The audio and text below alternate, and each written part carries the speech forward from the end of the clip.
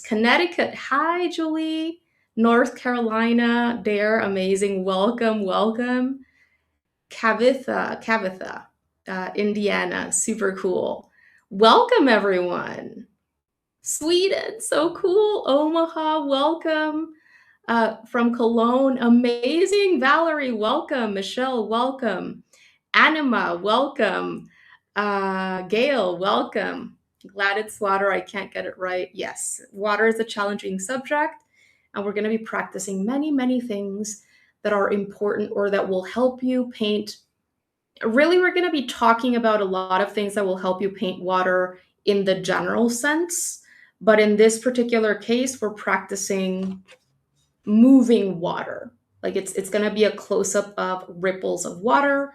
So we're going to be practicing not only bringing together wet on wet with wet on dry so that we can create a combination of soft diffused effects with sharper detail and sharper effects. But we're also going to be practicing bringing in the bright paper as part of the piece, which I know is very, very challenging for a lot of people getting started.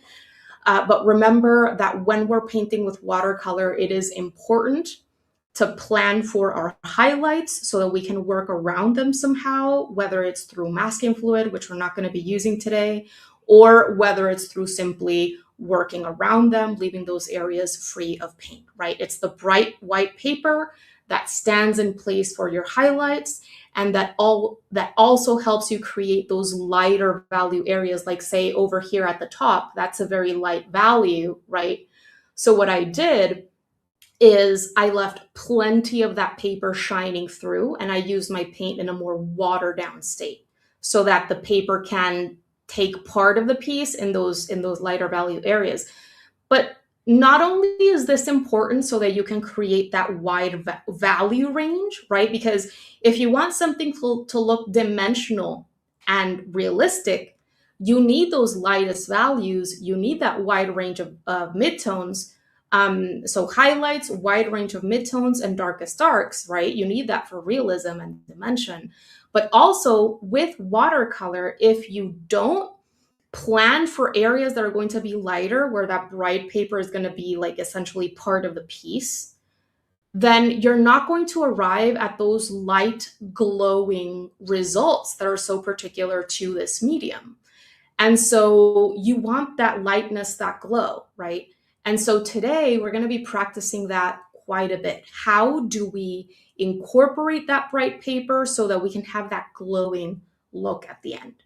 Okay. Aside from that, we're also going to be practicing. And by the way, that I did this kind of quick last night just so that I could plan the colors and the kind of sequence of steps that I'm going to be taking you through today.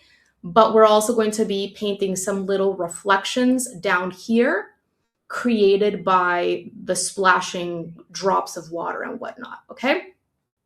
So lots of things we're going to be practicing today. I'm going to be making essential observations and providing information on what to look for in water so that you can end up with more believable results in whatever scene or still life or whatever it is that you're going to be painting, which includes water. So I hope to provide a lot of information, tips, techniques, and actually walk you through the process so that at the end of today's lesson, you feel more confident with your techniques and with tackling pieces with water that have some kind of water in them.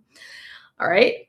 So I'm going to have one last sip of coffee, and I'm just going to share like a few usual housekeeping items before getting into today's supplies. And by the way, before getting into this, just so that I can give people a little bit more time if you want to prepare. So what I do usually, what I do month to month, every single month I have a live public class right here on YouTube, which everyone is invited to, okay? And the topic of the class is chosen by my Patreon members in the $6 and $15 tiers, okay? And so they chose this specific topic, moving water, close-up ripples of water, from out of a poll post that I sent out this past Tuesday.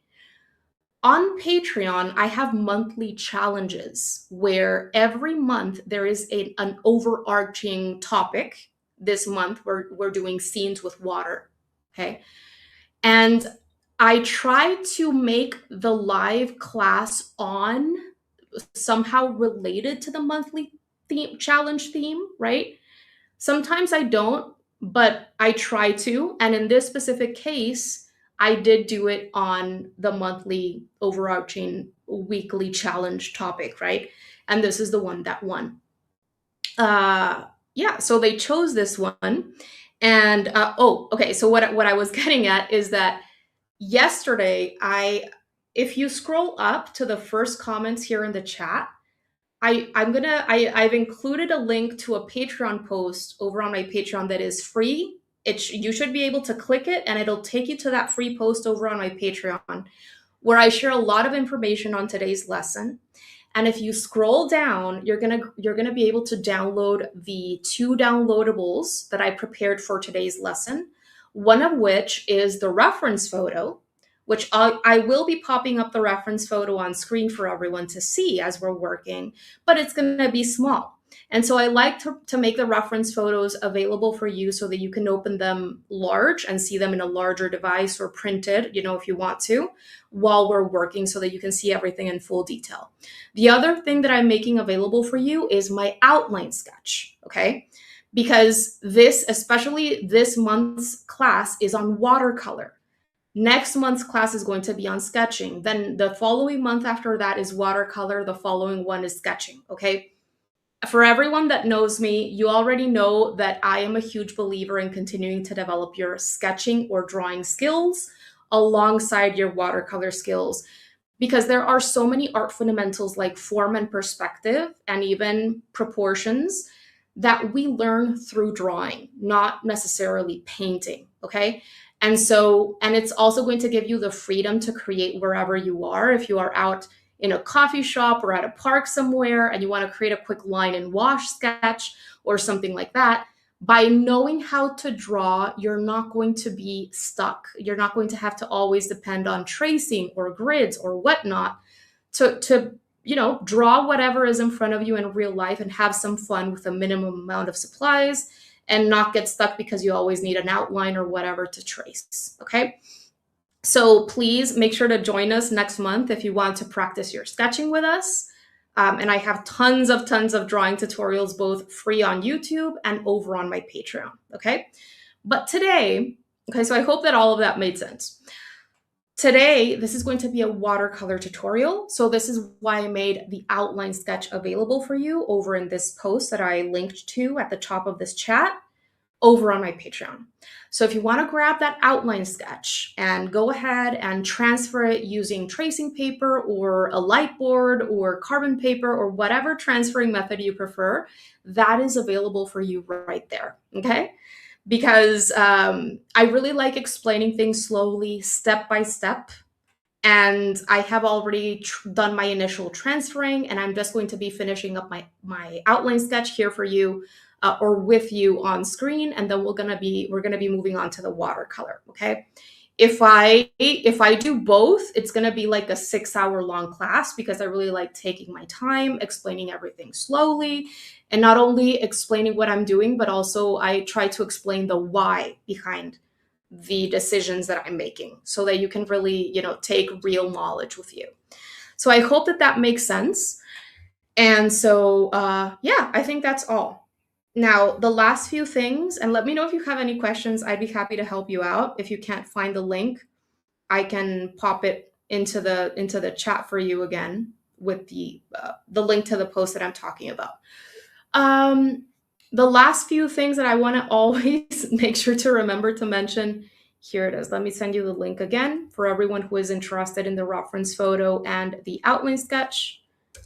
There it is. It should be popping up in the chat any moment now. And if you have any questions, let me know. Okay, so the last few things that I always have to mention before getting into starting with the live class is so if you have any questions at all along the process as we're moving along, feel free to leave them in the chat. I always make sure to answer everyone's questions. And if you have any other question, it doesn't have to be related to what we're painting today. If you have any art related question on supplies, on sketching, technicalities on sketching, on watercolor, on productivity, mindset, anything that you might want my input on, please feel free to ask it in the chat. We are all, looking to learn and grow together here. And I really, no disrespect is tolerated anywhere in my communities. So please, we're all learning here, and I hope that you guys also help me keep this a safe place for everyone, because we're in this together, okay? Okay, so there's that. And then also, if you hear any noises, cats, chicken, construction, I have a chicken, I have 6 cats. There are lots of cats outside, stray cats that I always feed every day. I'm actually going to get one spayed next Tuesday, a beautiful cat that's outside. Anything like that, super sorry. I'm sorry. Another thing is I will be using my hair dryer to speed up the drying process after the first wet on wet phase that we're going to be working on. And I would recommend having some kind of heat tool to dry your watercolor to speed up that drying process as well. And I don't want to mute my microphone when I dry my piece, just because there was this one time when I did mute my microphone, and for some reason, when I unmuted it to restart the class, I had no audio, and I just had to like close the room and restart it, and it was a whole thing. So I'm super sorry, but there will be some noise in that part of the process. I will give you a heads up if you want to like turn the volume down. Okay, great. So I think that is it. If you have any questions, feel free to leave them in the chat, and I will get back to you as soon as I can. Okay, so I'm gonna make myself smaller here, and let's just run through the supplies. Let me have a sip of coffee. I said I would have a sip of coffee and I didn't.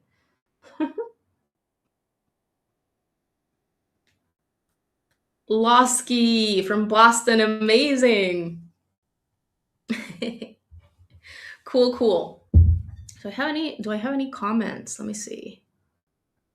Thank you from Alabama. I was not following you or part of the Patreon family, but AI Gemini said you are one of the best and I should consider subscribing. Oh my goodness. Here I am hating on the AI, and now you're telling me that it's recommending me? Oh my goodness. Maybe there is something positive about AI. Anyway, I'm glad that we were connected with whatever pathway connected us, Chrissy. I'm glad that you're here and that we're now connected. Okay, so here are the tools, the supplies that I'm going to be using for today's study, so that you can get prepared as well and make sure that you have everything on hand that you need. Okay, so in terms of my watercolor paper, I'm going to be working on a sheet of cold pressed, this is paper from Arches, cold pressed 140 pounds or 300 GSM, which is the mid-weight, middle of the range in terms of weight of watercolor paper. So it's not super light and it's not super thick. It is in the middle, okay? 140 pounds or 300 GSM is considered mid-weight. And it's what I would recommend investing in, because anything thinner than this is, oh my God, super frustrating to work on. Okay, it's buckling, it's warping, and with the techniques that I use, I never stretch my watercolor paper for tutorials or anything like that. I only stretch my watercolor paper when I am going to be working on a commission or a piece that I'm going to be spending a long time on, that I'm thinking of framing and hanging up on the wall, okay? I'm working on smaller pieces all the time. I'm filming tutorials, teaching classes. There is no way that I am going to be taking the time to stretch out all of my watercolor sheets, because it's a whole process where you have to essentially wait, like, at least half a day before you even start working on that watercolor sheet, okay? So just know that this is not stretched, okay? Aside from that, I've already taped my watercolor sheet down onto my cutting mat using, this is regular 1-inch masking tape, and I always just use regular masking tape. There's nothing fancy about it. Hey, I get it via Amazon. And all I do is I run my pieces of masking tape over my clothes or just stick it on my cutting mat before taping my watercolor paper down, so that this way the adhesive can lose a little bit of that strength and I won't run the risk of ripping my watercolor paper when I remove it. I've never really had an issue though, especially if I'm working on quality watercolor paper that is mid-weight. Okay. Aside from that, I have these 4 paintbrushes on hand. This is a larger, both of these are from Royal and Langnickel, which is a very accessibly priced, watercolor brushes or brand of watercolor brushes that you can quite easily find in Michael's and on Amazon and Blick.com. This one I've had for years and it still has a nice point to it. And believe me, I don't even take that much care of them. I always have synthetics in my studio, no natural hairbrushes. And most of my brushes are very accessibly priced. It's the watercolor supply that I spend least money on. First, it's paper, then it's paint, then it's brushes. Okay. Okay, so this is my larger brush. It's comparable to my mop brush. This is a mop brush from Princeton that I frequently bring into those initial washes. As long as you have some kind of larger brush. Royal and Langnickel refers to this brush as a medium-sized round wash brush or something like that. But I would say it's comparable to a round size 20, 22, maybe 24, something like that. But you could also use a mop brush. This is a size 6 mop brush. It's also large and absorbent. It's very, very important that you have a larger brush on hand that you can easily load so that you can paint large areas faster, okay? Very, very important to use a larger brush. Then I have this medium size 14 round brush. You also need a medium brush. So this is a round size 14 for me. You could use a size 12, you could use a size 16, maybe a 10. It depends on where the brush is from, because for sure the size of brushes from, let's say, China is different from the size of brushes in the UK, and that is different from the size of brushes in, so it depends on the brand. You could be using a size 6 brush from the UK, and if you're all of a sudden using another brand, it's going to be slightly smaller or slightly larger, and the shape of it is going to be a little bit different. So as long as you have some kind of medium brush on hand, I would recommend it being around as well for what we're going to be doing today. And then I have a couple of what I would refer to as smaller, more detailing brushes. This is a size 3 and this is a size 0, okay? This one is from Princeton, and this one is from Winsor & Newton's, I think it's from their Cotman 111 line or something like that. Most of my supplies are from Amazon, by the way. Okay, and then when it comes to my pencil, I'm going to be quickly finishing up my sketch with you on screen, just because I want to walk you through some of the things that I like observing before starting with the painting process that I think are important. And when I am sketching directly on my watercolor paper, I always use an HB or a B pencil. This is a B pencil. Whatever pencil you decide to use, if you're drawing on your watercolor sheet, make sure that you're drawing lightly so that you don't scratch or damage your paper, and also so that you don't see your pencil work through the transparent paint at the end. Because remember, watercolor is transparent. And even when you do a lot of layering, you're likely still going to see the pencil work through the paint if your drawing is too dark, okay? I also have these 2 kinds of erasers on hand. This is a soft graphite eraser, and this is a kneadable eraser, which is covered in cat hair.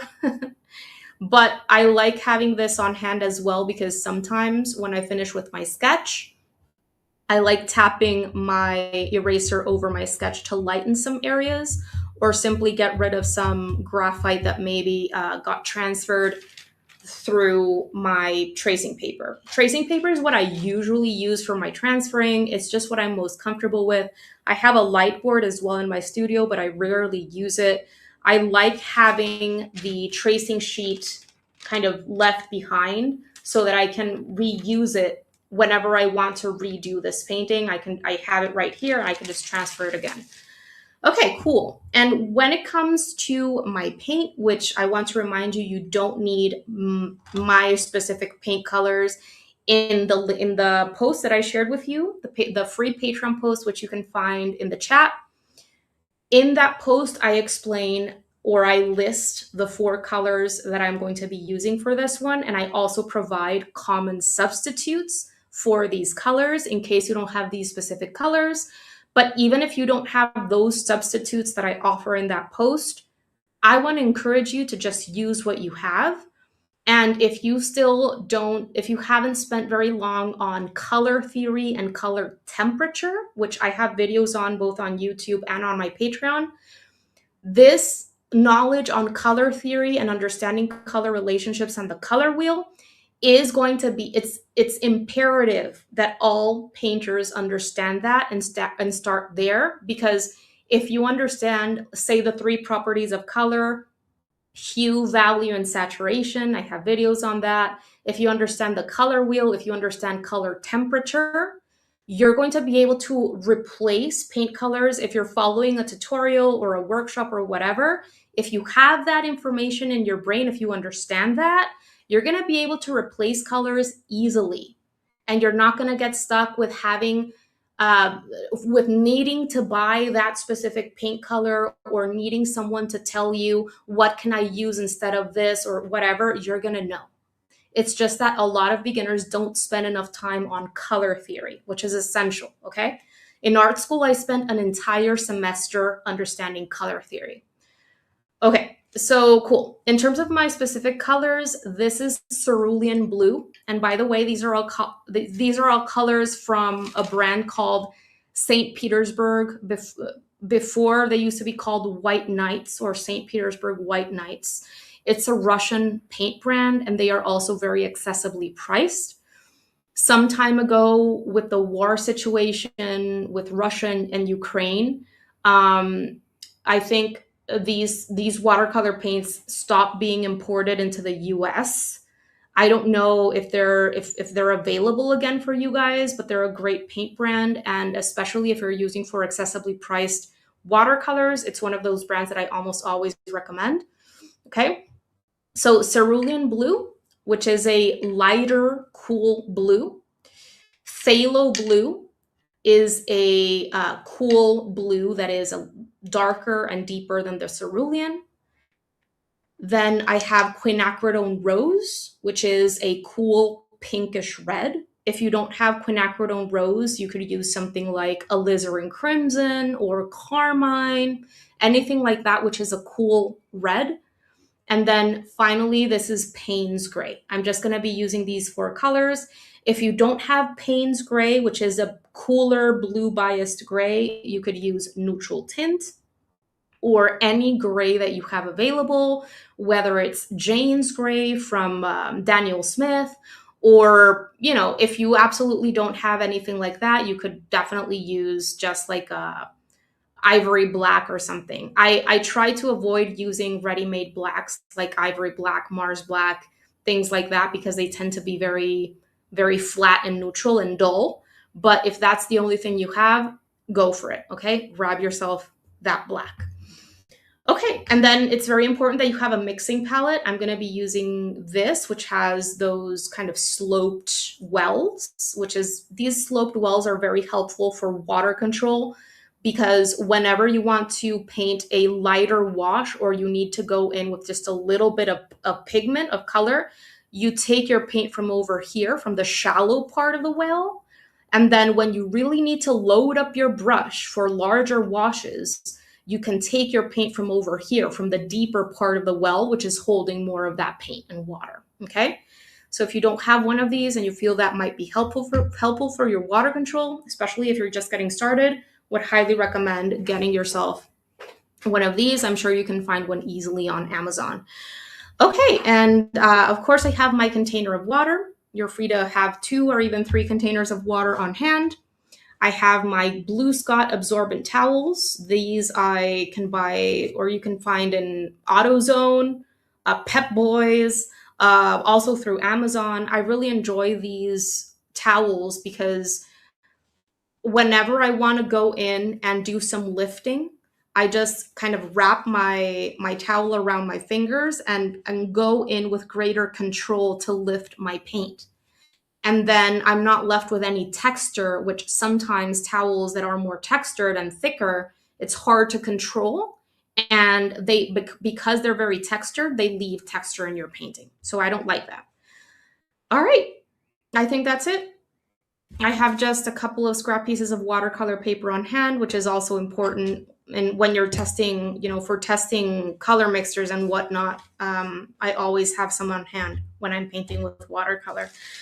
Alrighty, so let's go ahead and get started. I'm going to remove myself from the screen, and I am going to, if you have any any questions at all, feel free to pop them in the chat. And in the meantime, I'm going to just pop this up here on the upper left so that you can see the outline sketch, okay? So this is what my sketch looks like right after doing my transferring with my tracing paper, all right? And as you can see, it's quite light. I do have a couple of videos on my YouTube channel if you're interested, as well as over on Patreon, where I explain step-by-step how I use tracing paper to do my transferring, and I also explain step-by-step how I use a light board or a light box to do my transferring, okay? But you can see how my shapes were not all perfectly transferred, and maybe some sections of my shapes are very light. So there's always a little bit of work to do after doing your transferring, and really with whatever transferring method you use, you're going to have to do a little bit of work after doing your transferring, and that is perfectly normal, okay? But so I'm just going to be completing these shapes, and I'm not exerting very much pressure at all. I'm just drawing very, very lightly and just refining my sketch a little bit more and trying to understand what's going on before moving on to the painting process, which I think is so important, okay? Now, there is something that I want to say when it comes to preparing your outline sketches, and this is specifically for watercolor, okay? Watercolor is a very fluid medium, as you know, if you've already started painting.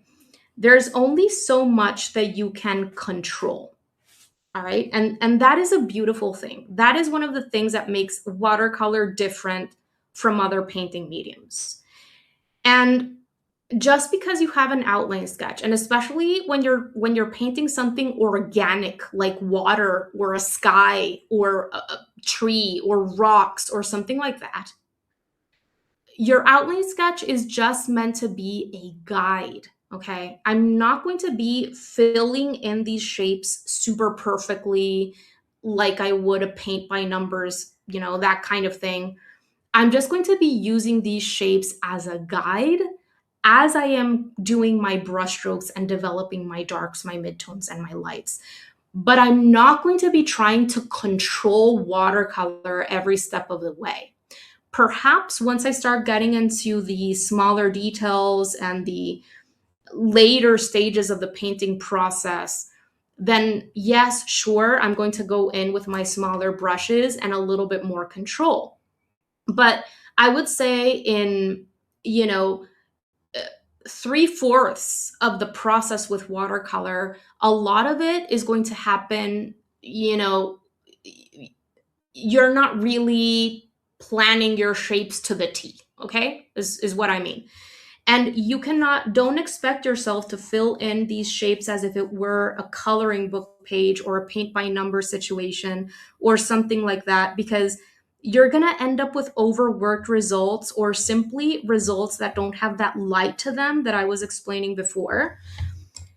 So, and I understand. I mean, for me, I've been painting with watercolor for how long now? Um, like 2016 I started, I think. So almost like 10 years. And when I started painting, I was painting with acrylics and oils, which are an opaque painting medium, and blending and layering.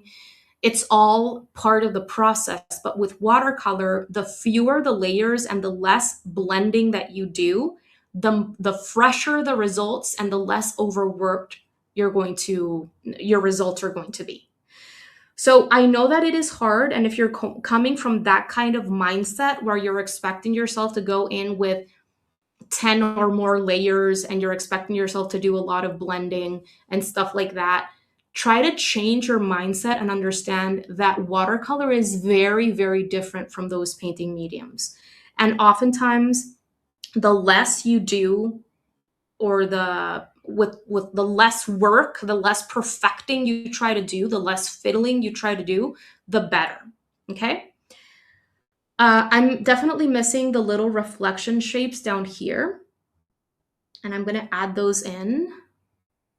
Maybe I'm a little bit too far off to the right. So as you're creating your outline sketch, really don't worry about getting in every single shape exactly the same way that I see that I have it in the outline sketch, because that is not really the point. The important thing is that you observe the reference photo and that you understand those main characteristics present in water in this specific situation. What do I mean by that? I mean the larger shapes, how they are interlocking. Okay, there's no pattern here. There is no organized pattern and perfect looking shapes. What I mean with interlocking is, you have these two shapes coming up and there is one going down in between them into these two shapes, right? There is no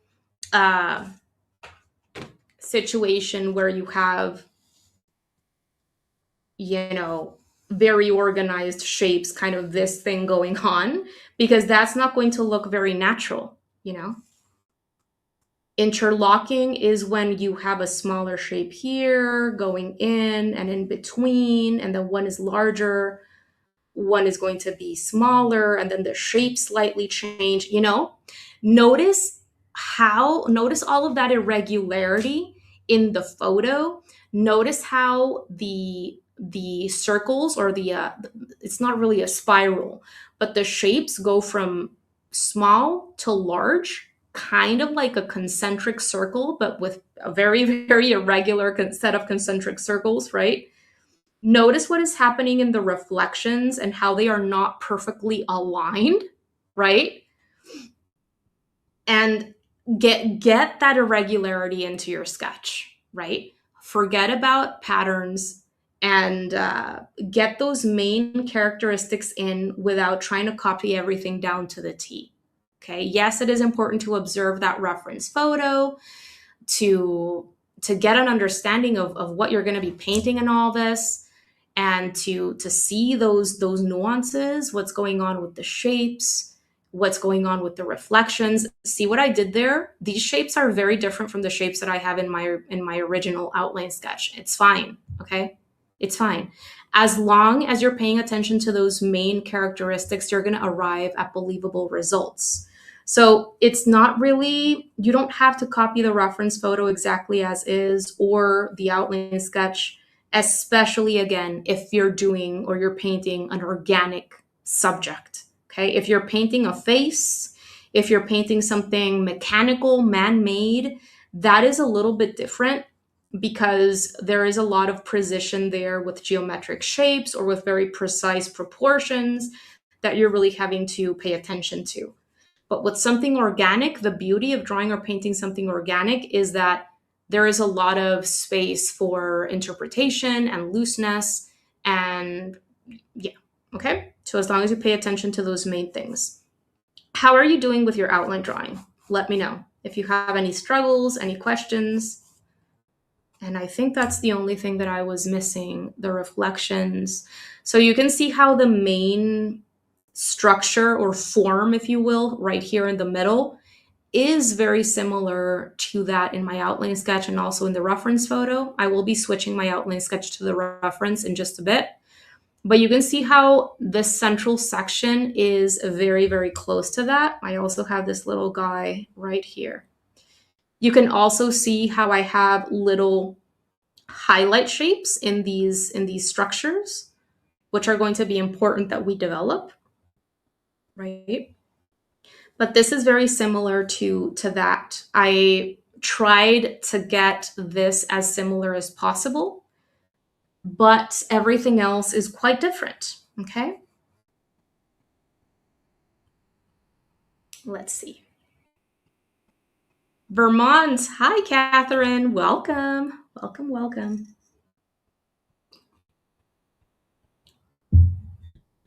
Is everything making sense? I'm gonna soften my sketch and clean it up a little bit.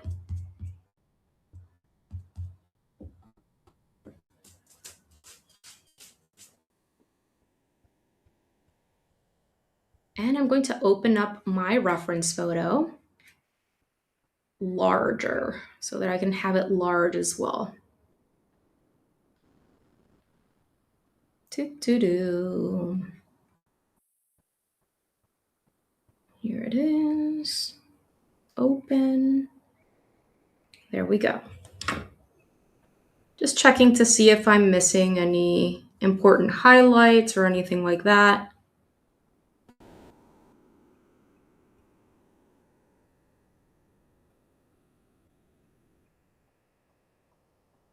There's a teeny tiny highlight in this little sphere drop of water. And everything else outside of the central structure, as I said, is similar, but not the same. I'm just paying attention to irregularities, to the important irregularities happening here, and trying to get something similar, but not the same.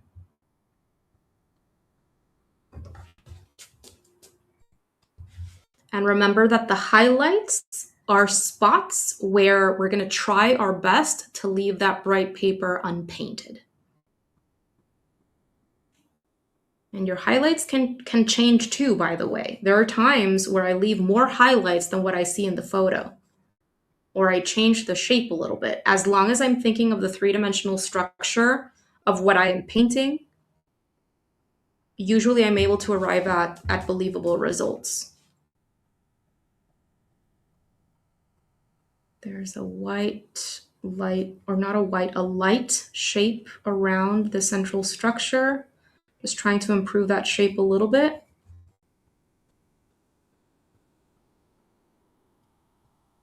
If new people are making it into the room, there is a link in the chat to my Patreon, where this is a free open to the public post on my Patreon, where you'll be able to find my outline sketch and the reference photo for this lesson. Okay, that's free for you right there.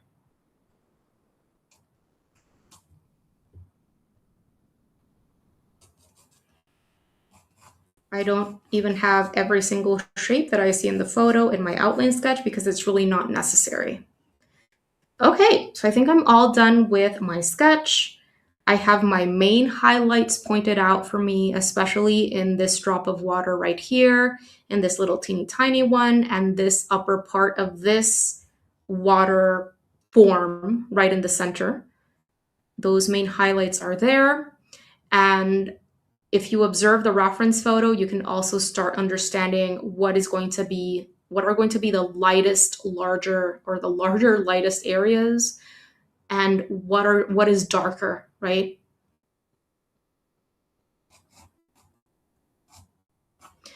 All right, all done with my outline sketch. Doing one last cleanup.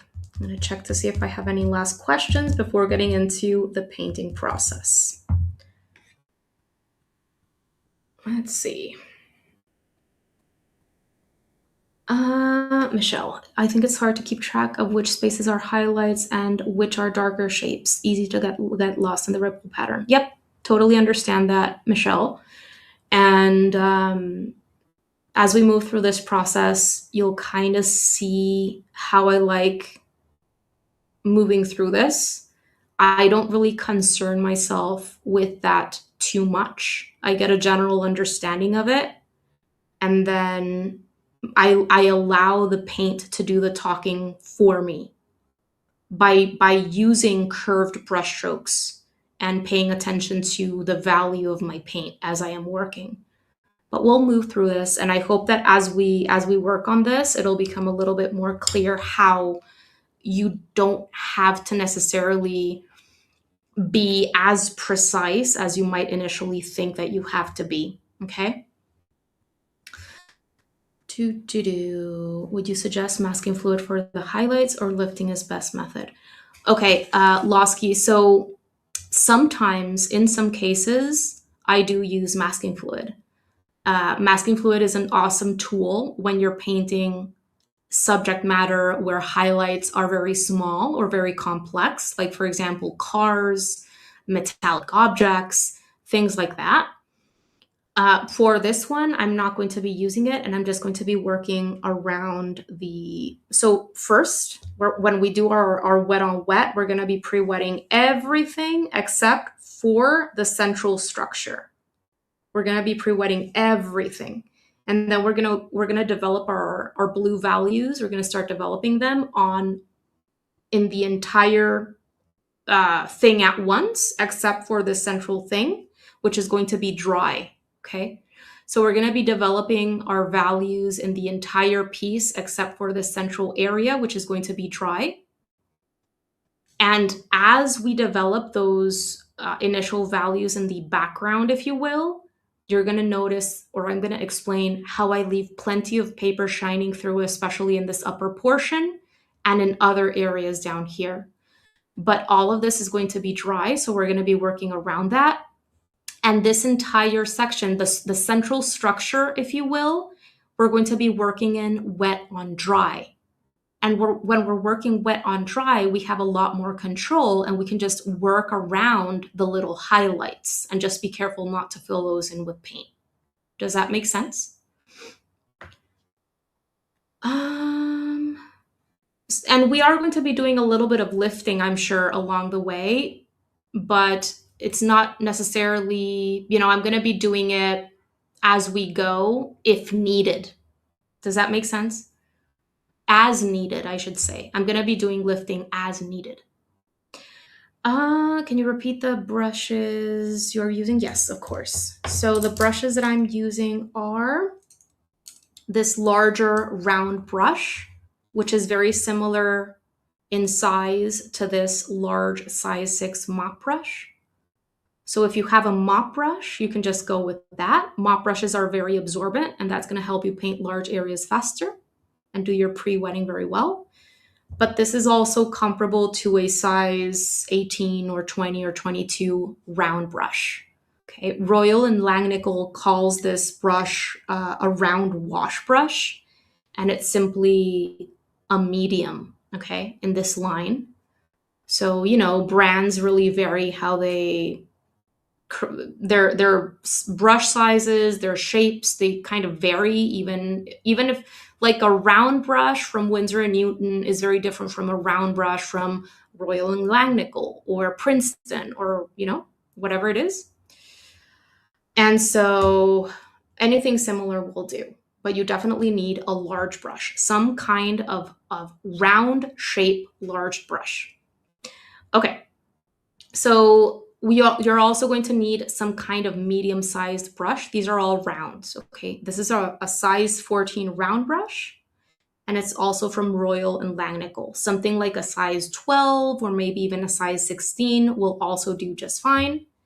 And I have these two smaller, more detailing brushes. This is a size 3 round, and this is a size 0 round. All right. Let's see. Beautiful art. Oh, thanks. Thank you. Lively. Welcome. Okay, so I think we're all ready to go. Let me know if you need a little bit more time, if you have any questions. I think I'll go ahead and switch to the actual reference photo now. There it is.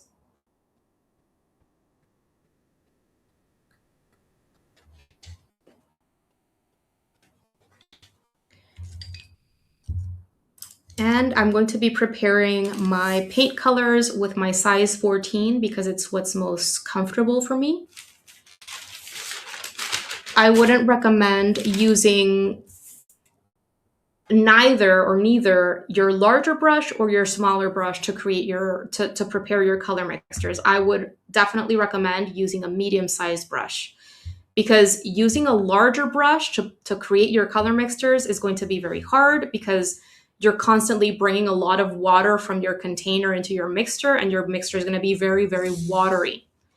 And on the opposite, if you're using a very small brush to prepare your color mixtures, that's going to be equally as frustrating because you're not able to take as much water as you need from your container, or you're also not able to take as much paint as you need from your paint wells. Okay, so use some kind of medium-sized brush, size 12, size 14, maybe even a size 16, depending on the brush.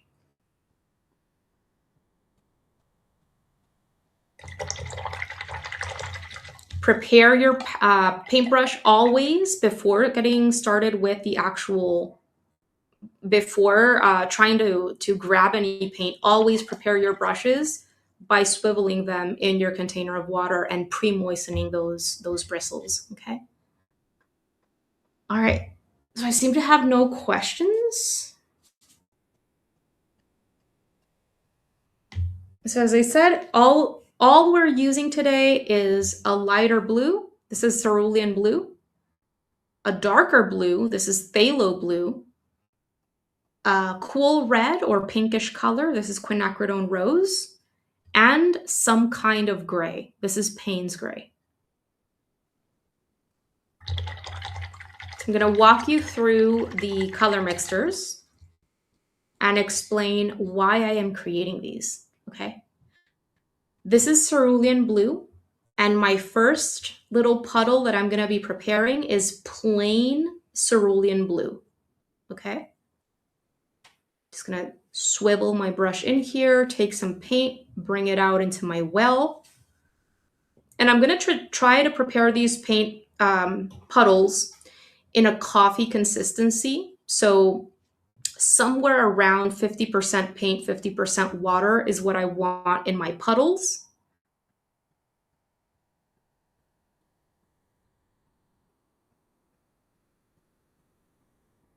I think that's enough.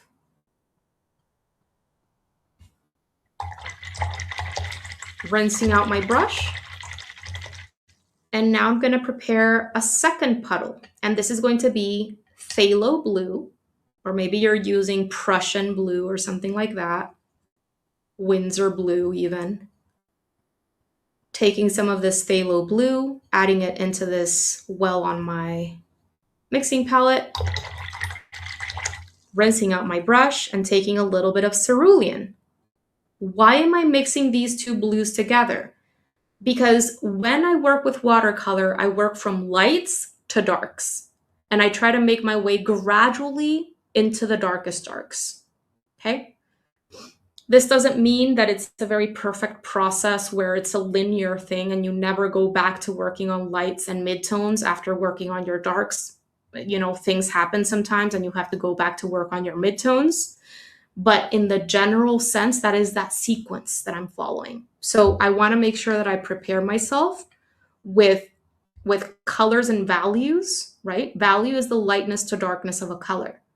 So I try to organize myself here to know exactly how I'm going to be developing those hues and values as I'm moving along in the process, okay?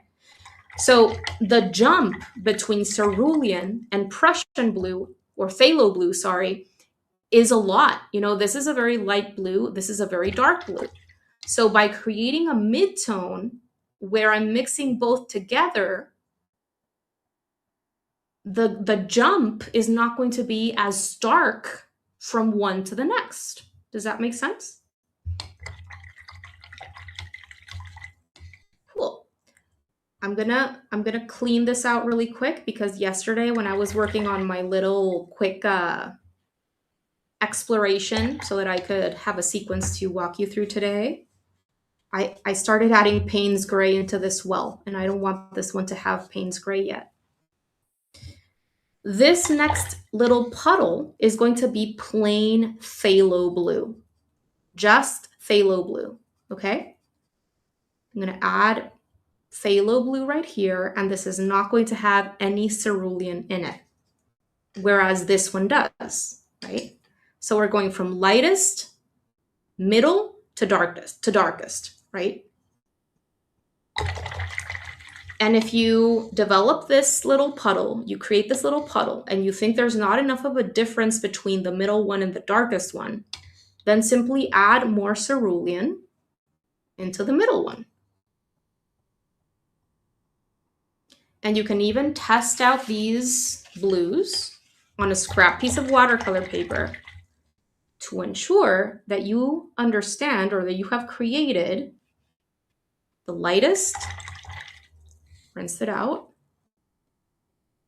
the middle, rinse it out.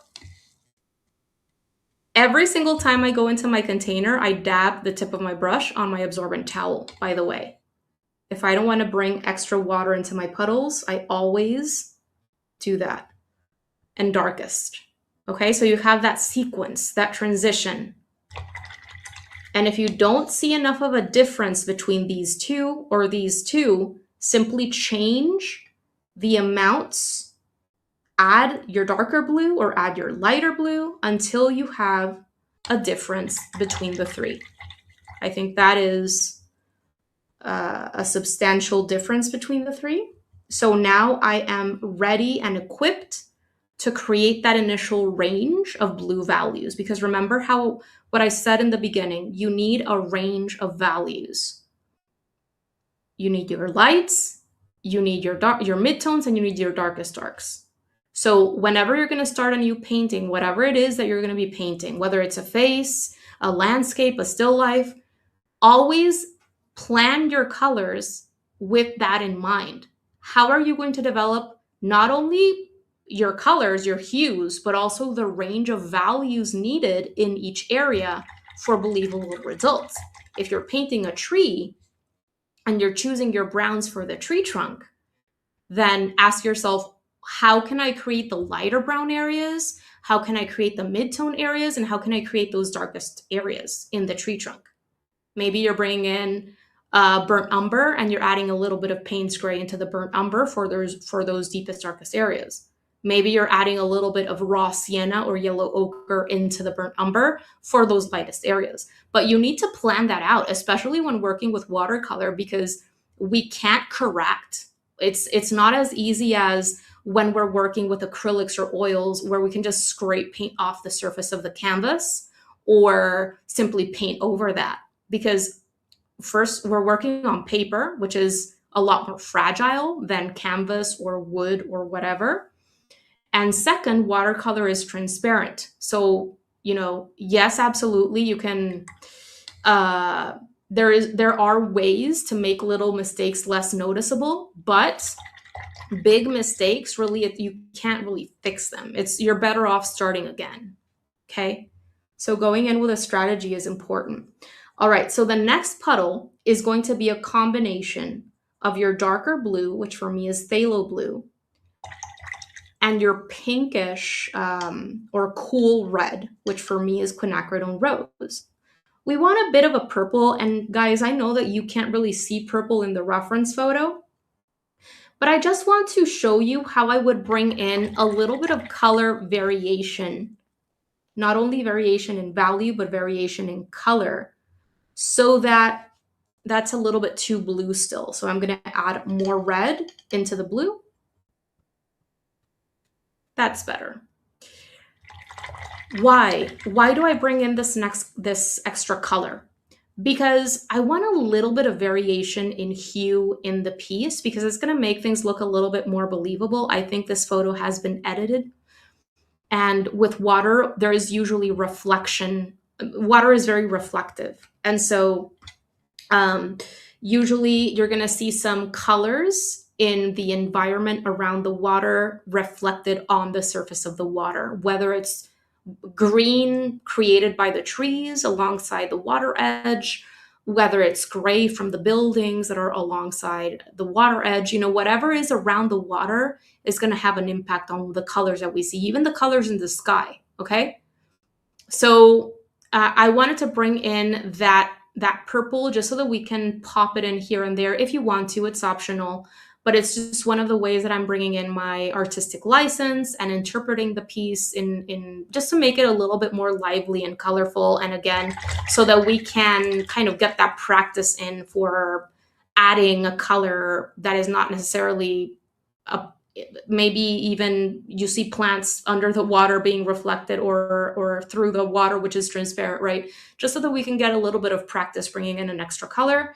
And then finally, the last color that we're going to be using to push those darkest dark areas is going to be a mix of your blue and a little bit of gray.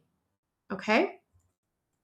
So yes, we're able to create somewhat of a range of values with just these three, especially because phthalo blue and Prussian blue, for example, they're very dark and rich, but we still need a little push, right? We need to go a little bit darker than what the Prussian blue or phthalo blue allows. And this is when we bring in the gray.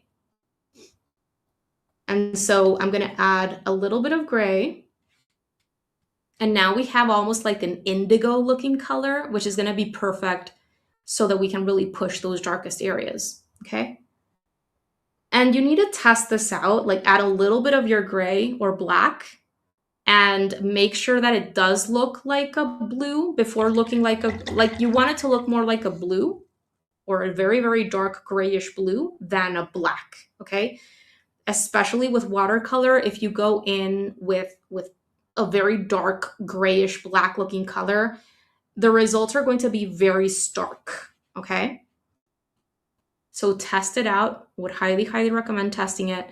And remember that watercolor is always going to dry lighter than how it looks when it's wet. And so we will be working in 2 or 3 layers in this one. And we're going to be pushing and developing those values as we go. But does that make sense? So we start light, then we add a little bit of the dark blue into the cerulean.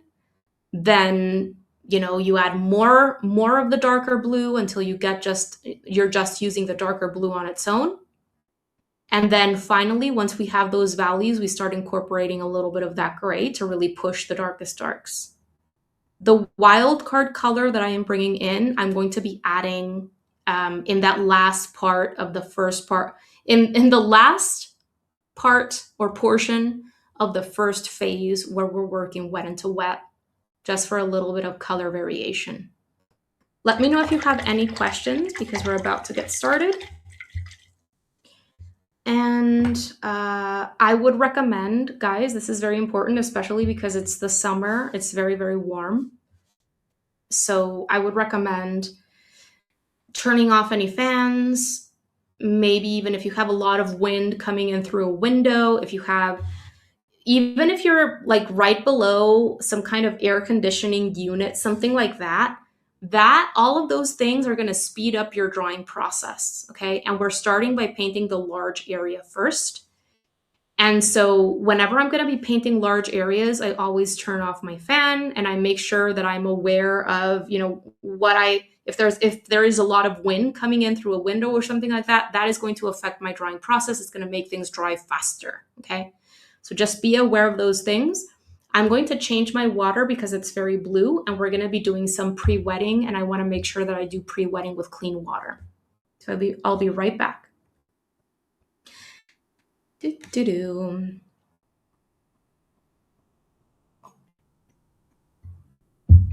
Oh, let me answer this question first before I go. For my first puddle, the cerulean blue, it's a lot darker than yours. So I was going to add more water to make it lighter, but then it's no longer coffee consistency. Okay, so I totally get that, and it makes perfect sense. That is exactly what I would do. Just go in with more water, and that is, see, when you're working with watercolor, there are always those two things, those levers that you are constantly shifting and changing depending on the value that you want. And sometimes, let's just say that I didn't have cerulean blue. Let's just say that I just have this. So what I would do in that case would simply be to go in with a tea consistency of this blue and just not use the cerulean. But be very mindful that in the beginning you're using your dark blue, because this is a more of a darker mid-tone, dark blue, right? Make sure that you're going in with a very very watered down consistency, and then build on that for sure. That's definitely something that you can do. Indigo, for example, is a very very dark blue. It's more like this kind of blue, right? And I would advise not just going in with an indigo, because that's a very dark blue that you're going in with right off the bat. And even if you go in with an indigo in a very very watered down state, it's probably you're going to be missing those lighter values, right? So I would recommend going in with something like this, which is a middle of the range blue, and then adding your indigo or adding your gray into that to darken it. Does that make sense? Let me change my water and I'll be right back.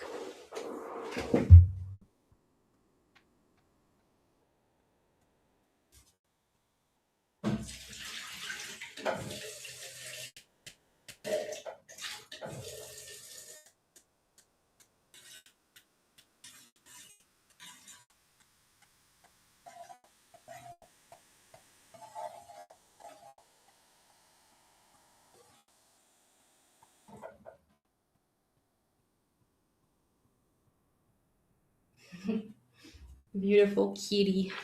Okay, have my water, clean water with me. And I'm gonna try to fit this in so that you can see my container of water and my puddles of paint as I'm working, so that you can see how I am um, just moving between everything, right?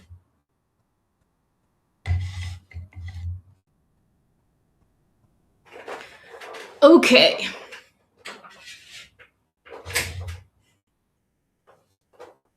Ready? So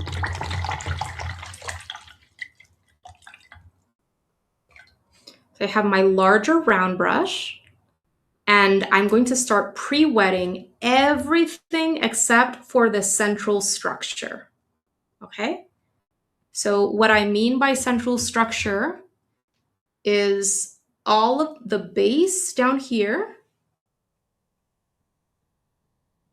Okay, all of the base, and then everything coming up from there is going to be left alone, basically dry. Okay, I'm not going to be painting over this. You can see it. It's not really an oval. It's not a perfect oval, but the base of this, everything going up, is going to be left dry, including this little circle and including this circle or oval over here. Everything else is going to be pre-wetted. All right. So I'm going to make sure you're using your larger brush. Don't be afraid of those larger brushes. And you're going to start pre-wetting gently all over your watercolor sheet, except for the central structure. Okay. Take a little bit of water at a time. Carefully make your way around those shapes, and make sure that you're not rushing the pre-wetting process. I cannot emphasize this enough. Don't rush it. Don't do it just once and then expect things to stay wet for you. No, we're going over everything multiple times. Come back to where you started initially, go over it again gently, and then make your way toward the opposite side of the paper wherever you started. If you're left-handed, then you're probably doing this opposite to what I'm doing. But take your time with this process. Do not start applying color until you see an even sheen and no section of your paper is starting to dry too fast.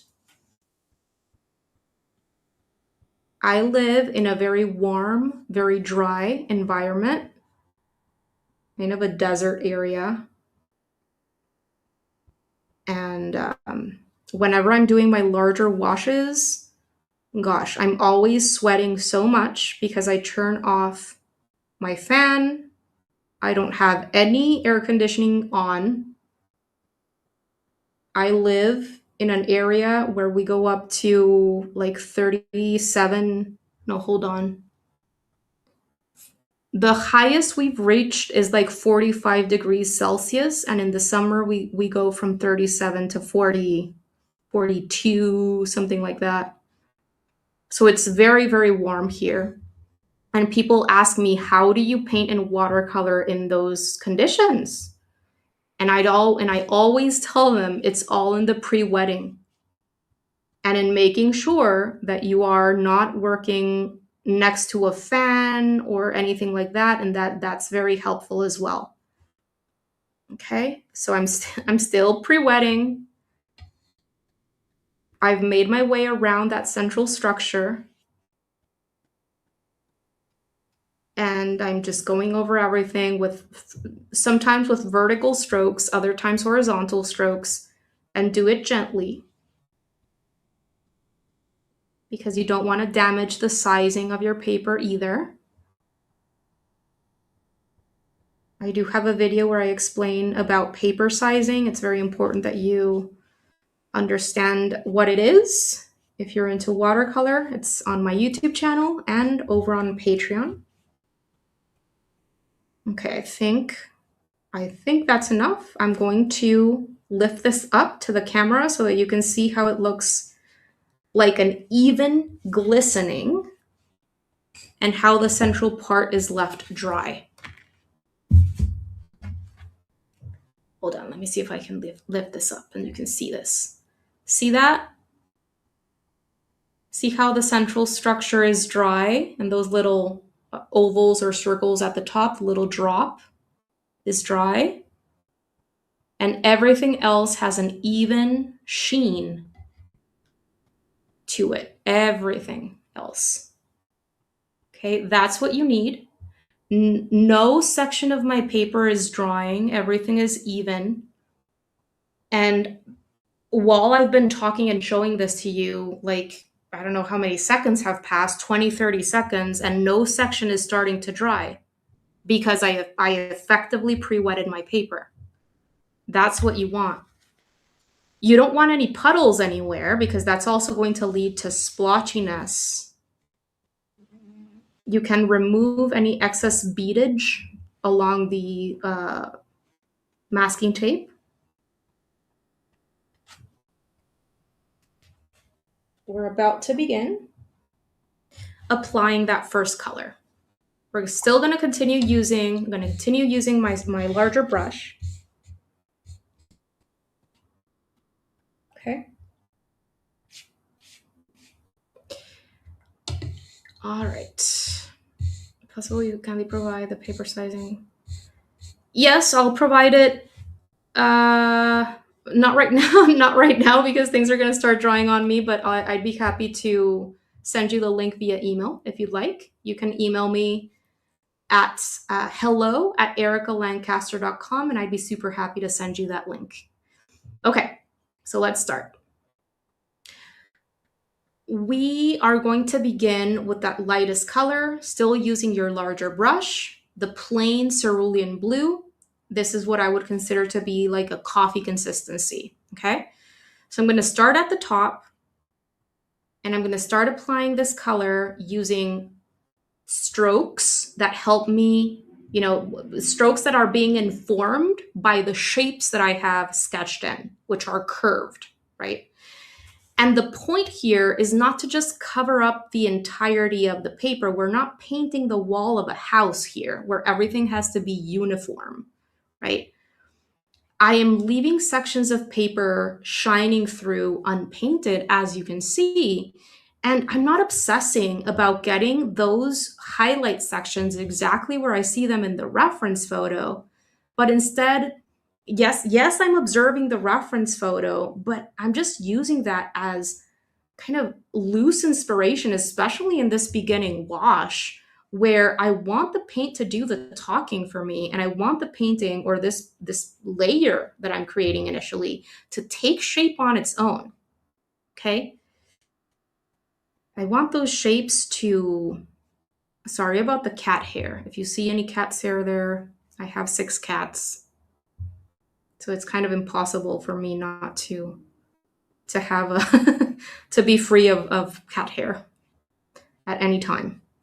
Okay, so I'm applying that first color, and you can see how I'm leaving little sections of paper alone, shining through. And I'm not really trying to fill in the shapes, okay? This is not a paint by numbers.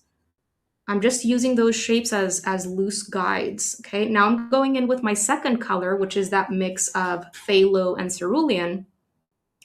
And I'm going to, like, we're getting into the midtone, so I'm very careful not to place too much of this in this upper part of the painting, because that is the lightest section in that reference photo. Now I'm starting to observe those darkest shapes that I created in my preliminary sketch, and I'm being a little bit more mindful and intentional about where I place this next color, because we're getting darker and I don't want to overly darken that entire thing. This is a dark shape here, for example, so I place this darker color there. And you can see how I'm getting these soft effects, and this is because everything is still wet and workable because I took my time with the pre-wetting process. I'm not applying any paint in that central section, just around it. Getting close to it because I don't want to leave a white shape around it, but I'm being very, very loose, and try to place this darker blue. As you get into your darker colors, observe the dark shapes a little bit more precisely, because when you're just getting started with your lightest color, you can be a lot freer about where you place it. And the darker you get, the more conscious you have to be that you're only darkening darker areas. Okay, so here, before getting into the darker blue, I'm going to rinse out my brush, and I'm going to take some of this purple, and I'm going to start applying it so that I can have a bit of color variation. As I said, I want to, and I want to place it in those mid-tone areas, not in the lightest areas. So right over the blue that I just placed before, placing a little bit of this purple, because this purple is very close in value to the blue that I was just working with before. So it's a good moment to go in with the purple. Okay, that's enough purple. I'm gonna rinse out my brush. Have you noticed how I have not gone in to do any blending at all? Have you noticed? I have not gone in to do any blending at all, okay? I have just placed my color confidently and have allowed those colors to intermix on their own. Okay, if you want to go in to do lifting, rinse out your brush, tap the tip of your brush on your absorbent towel, and just gently go over that area where you want to reveal a little bit more of that paper. Observe your reference photo, and if it's a light area that you want to lighten, use the clean and only slightly damp bristles of your brush as a little absorbent sponge. Now I'm going to lift this up to the camera so that you can see how it's still wet and workable because of my pre-wetting process and because I've been working quickly. Everything, maybe these sections here at the top are starting to dry a little bit over here at the top, which is where I started, and I haven't been placing much paint there. But everything else, you see that even glistening? That means that that paper is still wet and workable. I can continue developing darker blue tones because the paper is still workable. Okay, if things were starting to dry, I would not continue working because I'm going to arrive at splotchiness and back runs and stuff like that. But because things are still wet and workable, I can go ahead and start with my darker blue, which is the plain phthalo blue. Someone is going by with very loud music. Plain phthalo blue, a little bit thicker. And I'm observing that reference photo, noticing where those darkest areas are, and I'm just going to place some of this and do a little bit more layering in darkest areas. So I see a very dark shape here going down. There's an ice cream truck going by. If you hear that, if you can hear the music, let me know. There's a very dark shape here in that reference.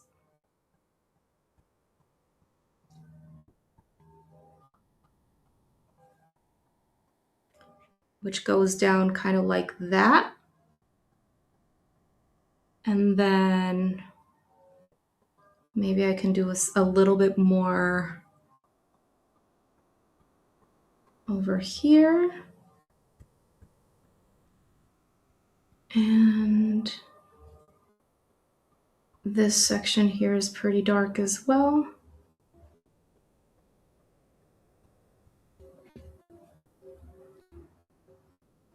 And then,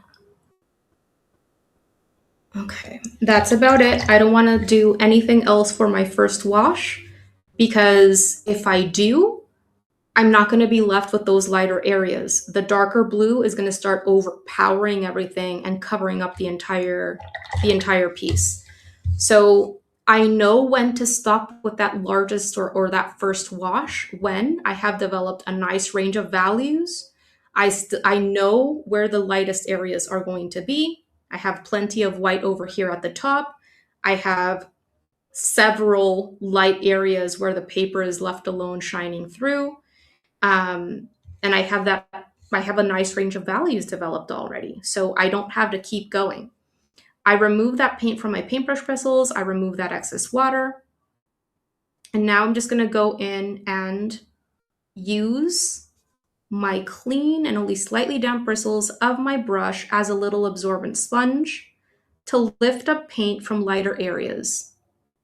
This section here, for example, is lighter, so that blue was starting to take over this area. Just going to go in and lift.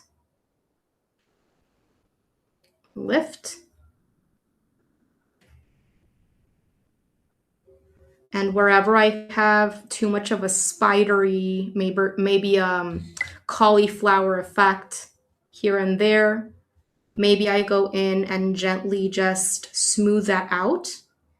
But at no point am I going like this because that will flatten everything out.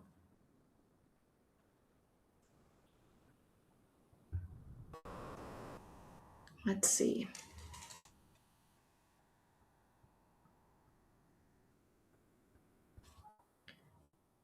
And remember that it will dry lighter.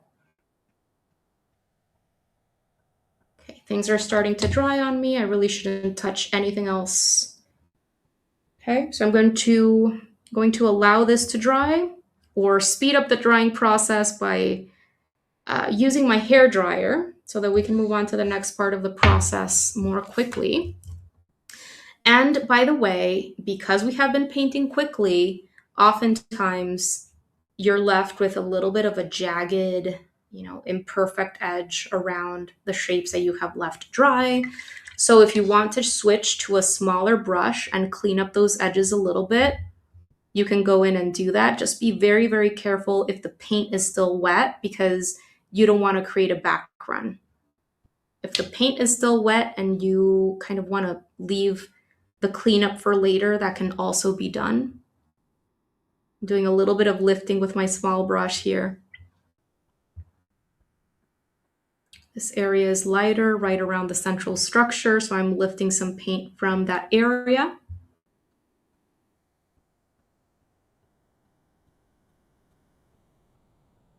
With my smaller brush. Sometimes when you're doing lifting, especially after larger washes, the paint is still moving so much that you do your lifting and then you look away, you look back at your piece, and that paint has already moved and you need to do lifting again. So that's what happened here. Okay, so those edges are looking better.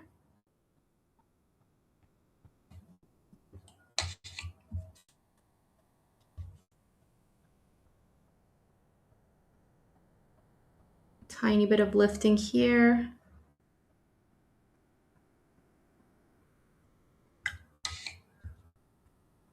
All right, so that is my first wash. I am going to hit it with the hair dryer. Let me see if I have any questions. Um, So I seem to have no questions. How are you guys doing with this first wash? Let me know. Hopefully, this kind of illustrated, or I was able to provide not an example. Like after seeing this process, you can tell how the outline sketch that I started with is just a loose guide for me to remember important things, but I'm not really trying to fill in areas super precisely or trying to create a carbon copy of the reference photo. Okay? I think when we're working with watercolor, it's important to, if we're going for higher levels of realism, of course, because there are many different styles and all of the styles are equally important and beautiful. But if we're going for higher levels of realism, it is important to strike a balance between observing the important nuances present in the reference photo to help us arrive at the level of realism that we desire, which is that range of values, which are the irregular shapes and how these are like concentric circles. Um, protecting those lightest areas and all that. But at the same time, because we're working with watercolor, we want to allow the paint to do some of the talking there. Because if we overly control, we're going to get rid of that glow, of that expressive quality, of the organic qualities of watercolor. And we need to strike a balance between those things. Okay, Michelle. Yeah. Sometimes things look messy, in the beginning. It's part of the process. Okay, I'm going to go ahead and dry this. And if you weren't here when I mentioned this in the beginning of the lesson, I am not going to mute my microphone. So you maybe want to turn down the volume because you're going to hear my hair dryer. I don't want to mute the microphone because one time when I was in the middle of a live stream, when I unmuted the microphone, I was not able to get my audio back and I had to restart the whole thing. So I don't want that to happen again. So super sorry, but you're going to hear the noise. I'll be right back.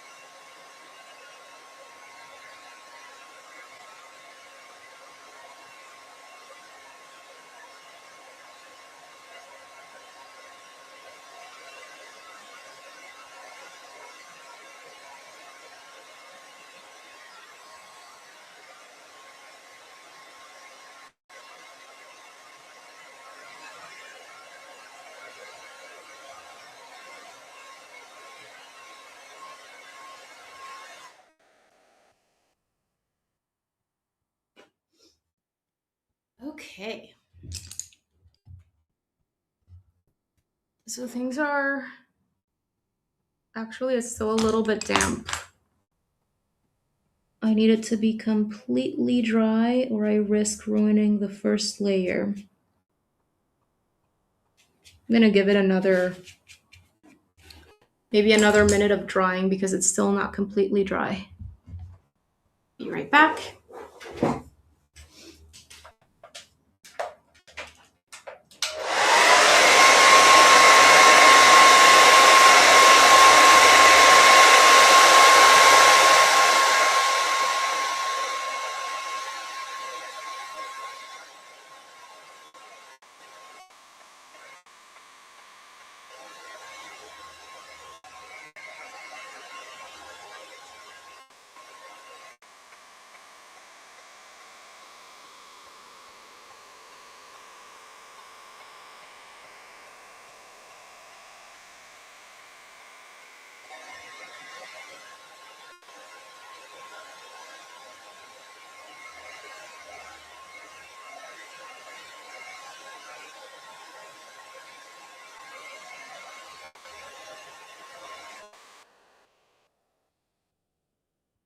Okay, that's better.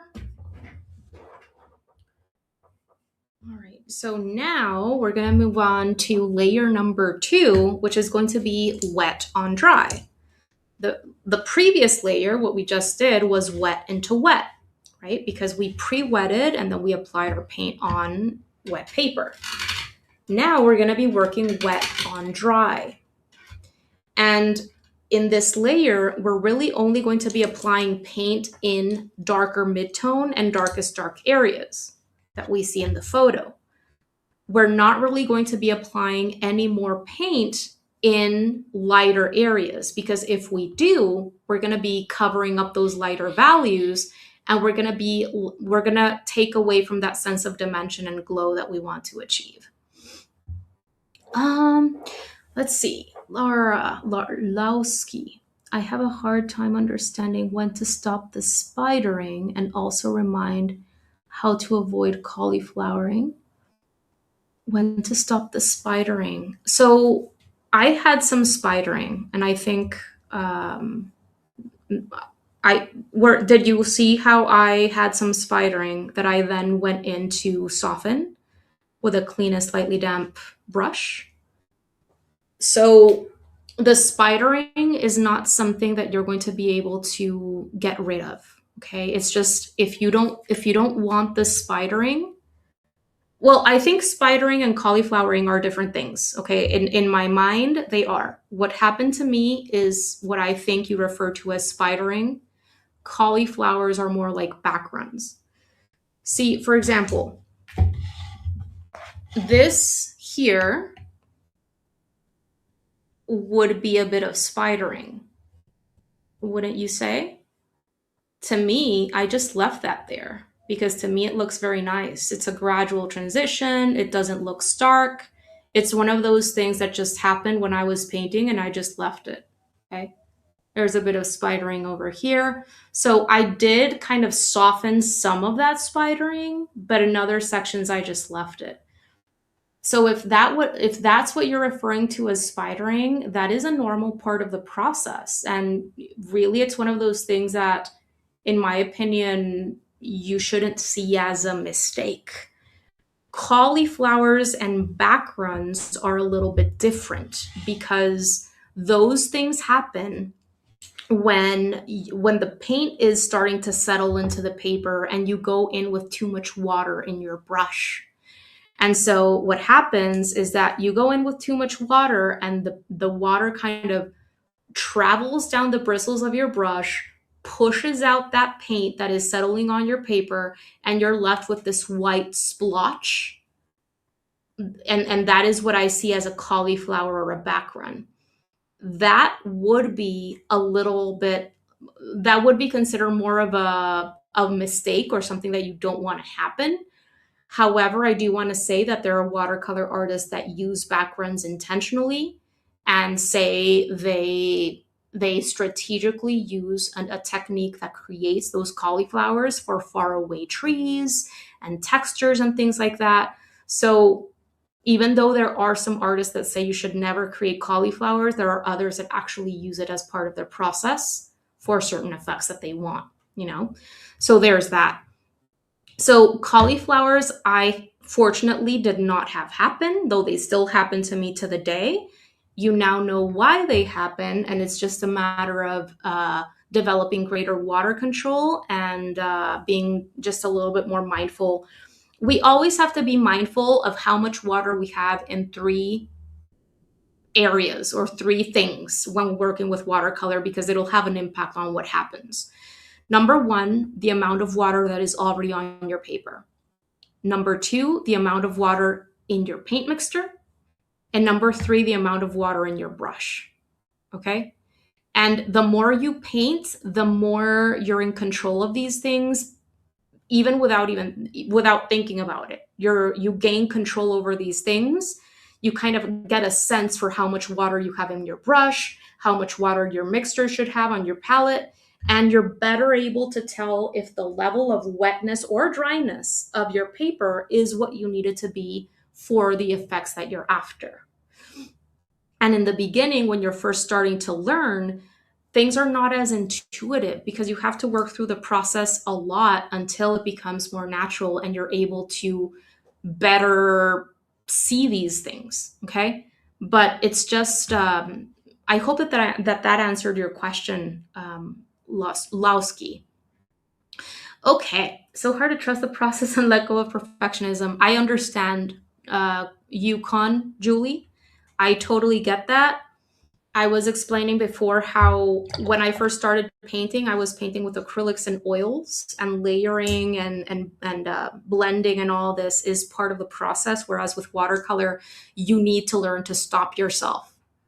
Once, one of my one-on-one students that I had in the beginning when I first started my online teaching business told me that she, like, before coming to me for classes, because I also teach one-on-one classes online, she started classes with another watercolor artist that offered one-on-one classes, and she felt a little bit bad because this other teacher was yelling at her, stop touching, like, stop. Like, she was trying to paint, and then in these one-on-one classes, the teacher, like my student, had her own webcam and the teacher had her own webcam, so the teacher was able to see when she was kind of like working, right?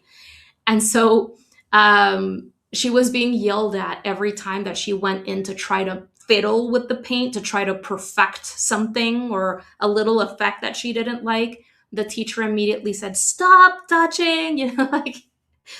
And I'm not that kind of teacher myself. I'm a lot more like chill and like, I don't like to yell at people.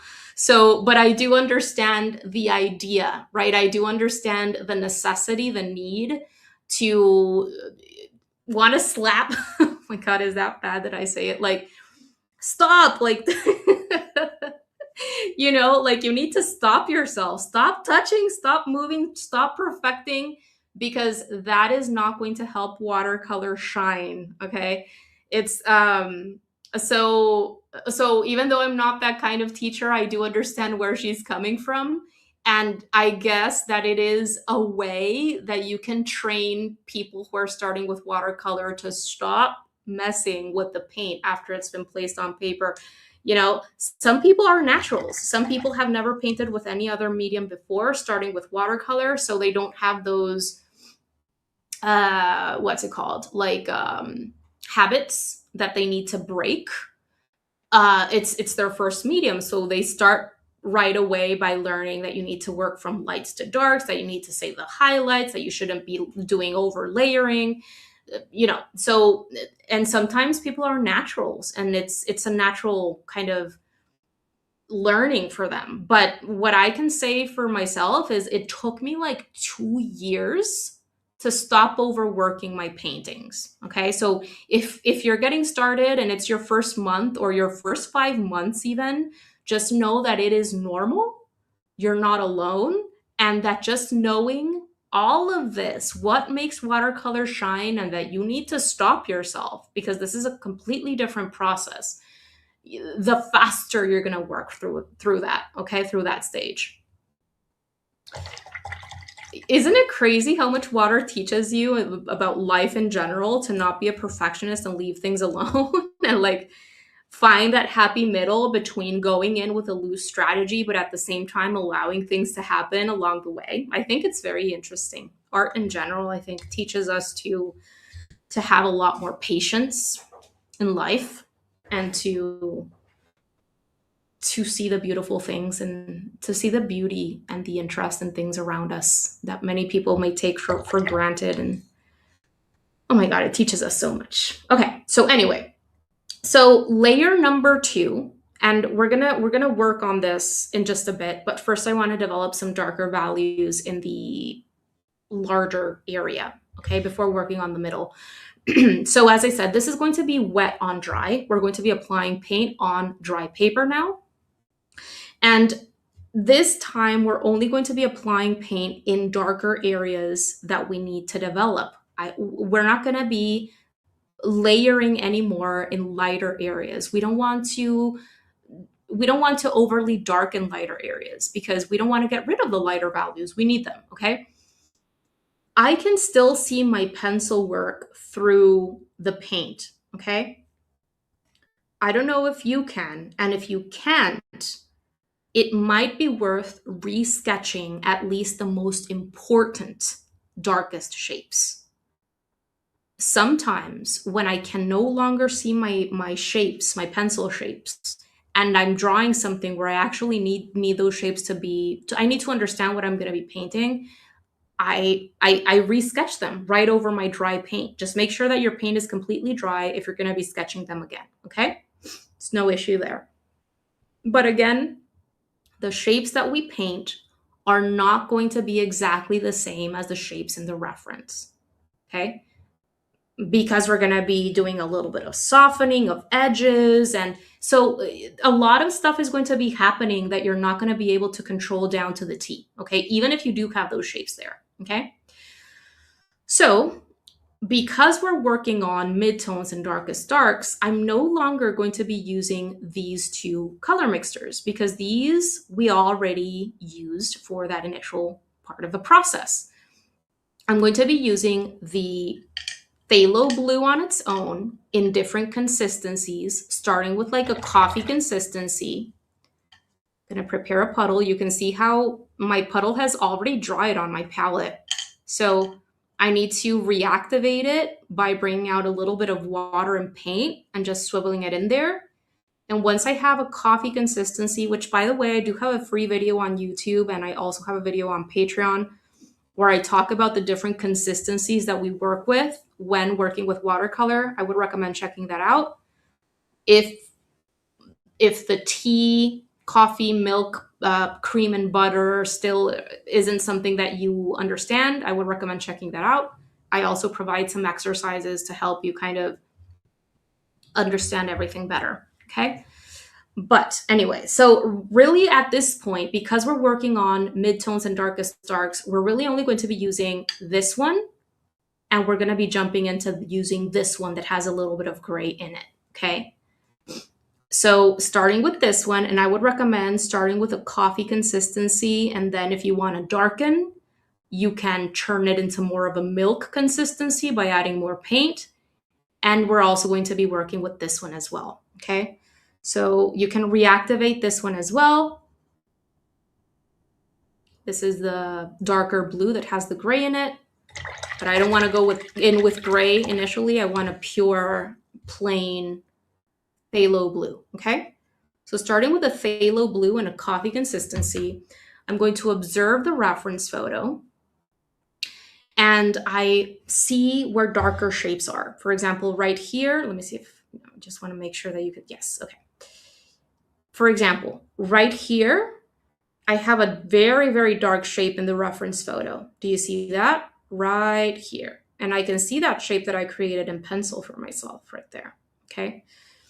So I'm going to go in with my plain phthalo blue, size 14 round brush now, by the way, and I'm just going to paint in a shape.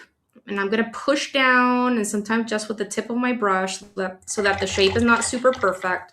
I'm gonna rinse out my brush, remove that excess water, and I'm just gonna soften here and there because I don't want my edges to be super sharp and defined everywhere. Maybe I leave little sections of sharp edges, but not all of it, you know, just soften some edges. And that's it. And now, because that is a very, very dark shape, I'm gonna go in with the blue that has a little bit of Payne's gray in it. Be careful that your mixture doesn't have too much gray or black, because that is going to be very, very stark and distracting. And we can get to that. We can get to that very, very dark color. But remember to take things gradually. Sometimes we don't have to go as dark as we may initially think that we have to go as dark with, especially with watercolor. And you see how I'm softening edges with just a clean and slightly damp brush, right?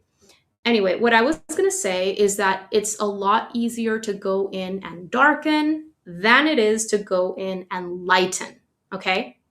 So don't go too dark too fast. You can get to that if you need to later, okay? Let's take things a step at a time. Okay, so I rinsed out my brush because I don't want to have any gray in there, okay? Rinsed out my brush, and I'm going back to the plain phthalo blue, coffee consistency. And now I see another very dark shape right under the smaller little round drop of water. Do you see that very, very dark shape running all the way from the left side of the piece all the way down to over here somewhere? And I even started creating that already wet into wet. I have a very dark shape there, but I want to push it. I want to push the contrast. So I'm going to go in wet on dry this time. And again, I'm going to paint that shape. I'm wiggling my brush. I'm pressing down sometimes, and other times I'm just touching the tip of my brush to the paper so that my shape can look a little bit imperfect. I don't want to go in to create a very perfect looking shape. Okay? I rinse out my brush, remove that excess drippage, and then I go in and just soften some edges here and there. Rinse out my brush, soften an edge here, soften an edge, rinse out my brush. I'm really doing my best not to cover up those beautiful white sections that I had already created because I don't want to overly darken areas. It's more so than capturing every single shape exactly as is and its location in the reference photo. With something like this, with organic subjects, the way that I see it, it's more so the percentage of values that you see in the reference photo. And with this, I mean, like, if you had 100%, right? You have your total, your 100%. Of that 100%, how much are very, very dark values and how much are very, very light values? Do you have like a 30-40% very light values and like 20% very, very dark values? You know, what is that relationship between the different values in the reference photo? And simplify things into like lights, midtones, and darks. How much is lights, how much is midtones, and how much is darkest darks? Because even just breaking things up in that way can help stop you from doing too much dark or even leaving too much light, right? Hope that makes sense. Okay, so rinsed out my brush. I didn't add any gray into that, by the way, and it dried. I can't add it right now because it's already dried. So I'm going to continue with my plain phthalo blue. Next shape. I have another very dark shape right here. I'm going to go in and paint it. Press and wiggle. There it is. Rinse out my brush. Soften an edge. Don't soften everything. That's another way that you can arrive at overworked results. Okay, back to my phthalo blue. Where do I see another very dark shape? Let's see. Right around here. Remember not to create too many patterns. Okay, no patterns. These shapes are irregular, abstract shapes. They're not perfect shapes. okay? Going in with a little bit of gray and blue. This has a lot of gray in it. Adding more blue. And dropping in a little bit of very, very dark blue in there while it's still wet. Don't want to darken that very beautiful light area. There it is, okay? Back to my plain phthalo blue, coffee consistency. Where is the next dark shape that I want to create? So I have a dark shape running from almost touching this shape and going down behind the structure and down all the way over here. Okay, so I'm gonna paint that in, something similar to that. Comes a little bit thicker there, and then it goes behind my central structure and goes all the way down here, somewhere around there. Notice how my shapes are thinner, more narrow in certain sections, and then larger in others. That is very important. I don't want to create a very perfect looking line or a shape with the same consistency or same consistent thickness from start to finish, because again, that's not going to look very natural. Our brain is always going to tell us to do things in a very symmetrical, patterned, outliney kind of way. And that's not really what's going on in the reference photo, okay? Softening some sections here. Okay, so now I can go in with a little bit more plain phthalo blue before going in with my darkest blue. Just adding a little bit here and there. Uh-oh, that male cat is around again.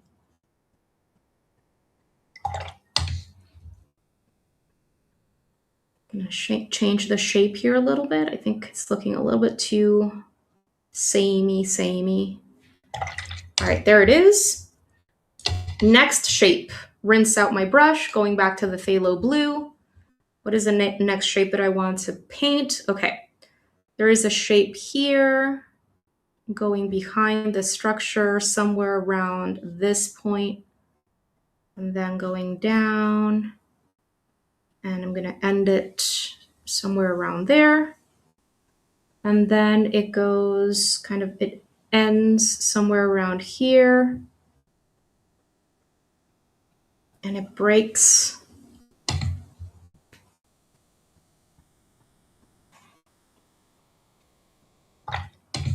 Okay.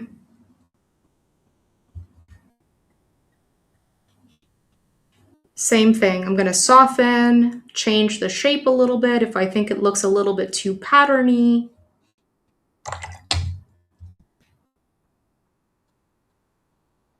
And you can see how my shapes are not perfect. They are starting to merge together in certain sections. That is okay. I'm leaving things alone. Just focusing on what's important, which is the irregularity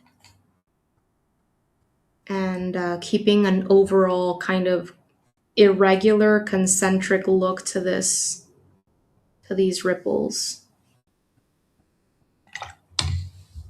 And they are interlocking in different ways, especially as we get closer to the center. You have more interlocking, smaller shapes, whereas in the outside, the shapes are longer. And as we get closer to the center, shapes become smaller and they interlock a little bit more. I'm going to soften some edges here. So as I get closer to the center, I'm just going to take the important information. I'm going to do a little bit of lifting with my smaller brush.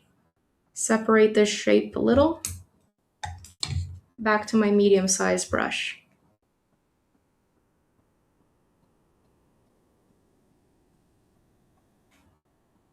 Softening a little bit while trying to keep that white paper unpainted. At least a little bit. Popping in a little bit of my blue that has the gray in it. Okay, rinsing out my brush, going back to my plain phthalo blue. Let's see if I have any questions. How's everything going, guys? Let me know. I want to know. Okay. Continuing with the plain phthalo blue, observing the reference photo, observing the shapes that I already have there. I do see my pencil work still. I have one kind of larger shape going down and then becomes a little bit thicker down here. And then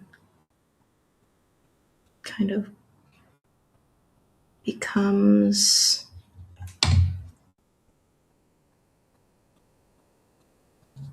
okay.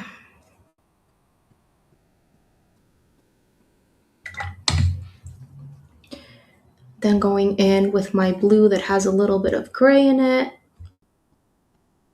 and dropping it in. That's a little bit too dark. That has too much gray in it. I'm going to go in to do some lifting with either my towel or my paintbrush. When the paint is still wet, mistakes are a lot easier to correct. See, I just lifted there. I'm just going to add more blue into the gray. And there we go. So if you notice in the reference photo, the darker shapes are actually the plane that is opposite to the light. Okay, or the inner planes or outer planes of the ripple. So it's important to think about water in that way. It's three-dimensional, right?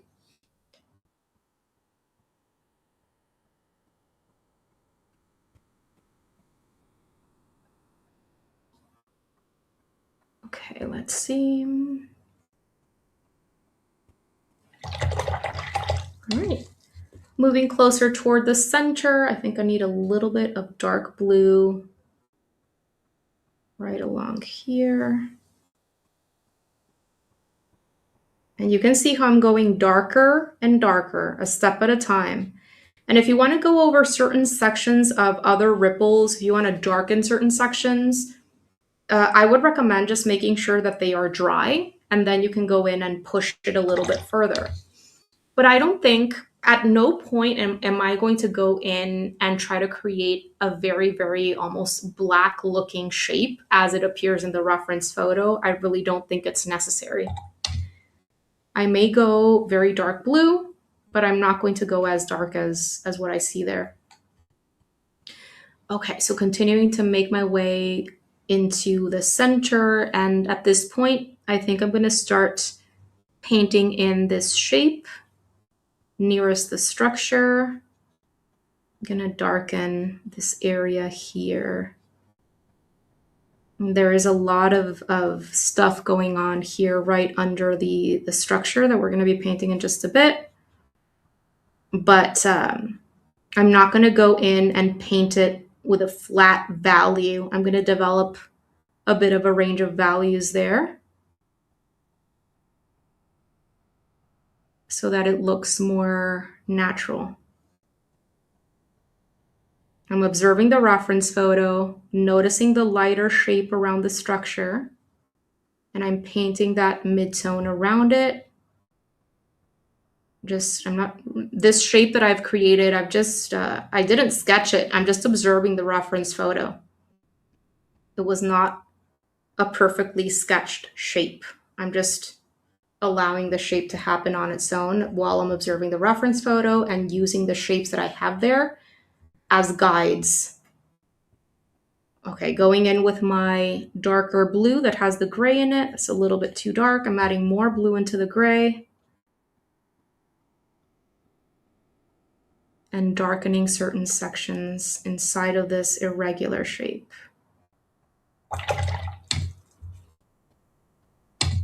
Now I'm just going to soften some edges here and there with a clean and slightly damp brush.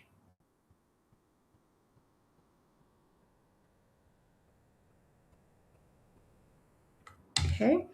So now I think I'm missing one ripple in between this central kind of shape that I have painted just now and the next ripple. I think I'm missing one there, a dark one, a dark shape, at least one. So I'm going to observe the reference photo and see what I'm going to be creating. I think it's going to be a darker shape that is coming down here. Let's see. So back to my plain phthalo blue. This is very watery. And I'm going to paint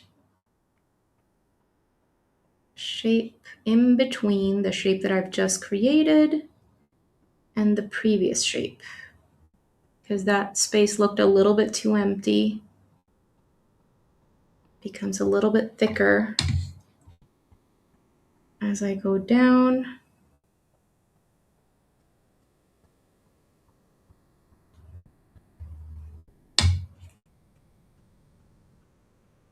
There it is. And now I'm going to go in with my blue that has a little bit of gray in it. Pop it in.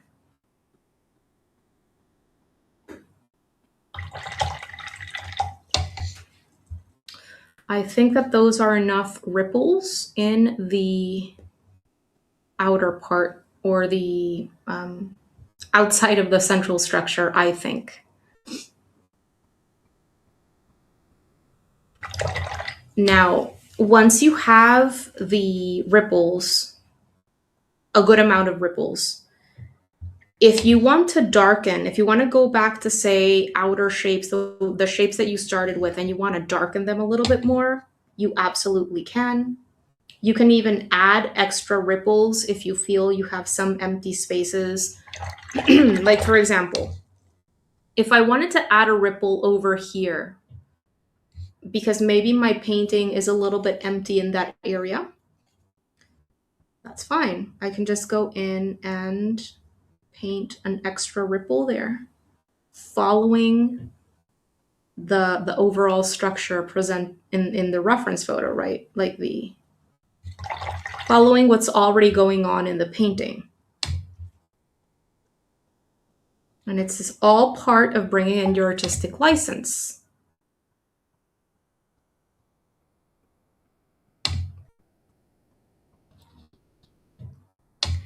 Then if you want to go in with your darker blue that has the gray in it,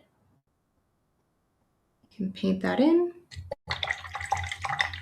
Okay, so what I was mentioning before is if you want to go in and darken, then only darken over certain dark areas that you just developed. Okay, and I would recommend waiting until they are dry.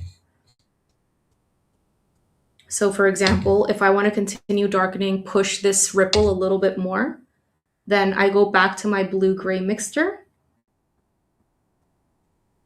Maybe you want to test it out on a scrap piece of watercolor paper. See, that is a little bit too dark and I didn't mix it properly. A little bit more gray.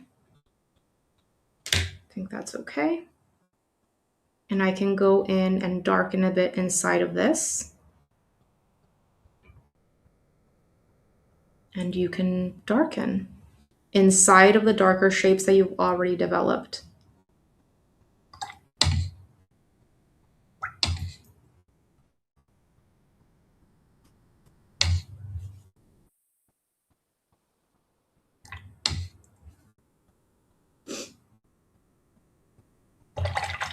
And if you see your painting and you see areas that are too patterny, you can go in and soften a section of a shape and make it a little bit less the same or less patterny.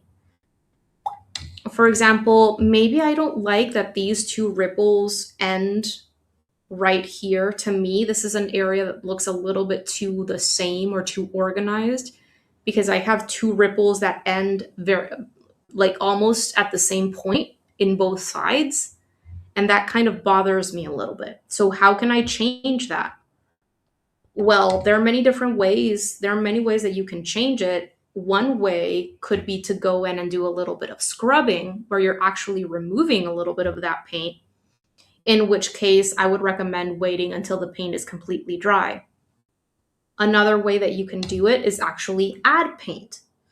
So in that case, you could go in and change a shape by simply adding a little bit of length to it, or changing the shape of the shape, changing the shape a little bit, right? There are many ways that you can change or fix little mistakes like that, and you just have to think about what is easiest for you at this point. Okay, so let's get started with the central structure. Okay,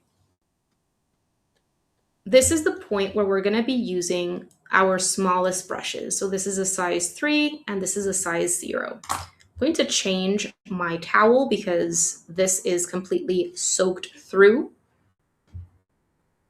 and it's not going to be very helpful. So I'm going to grab another one.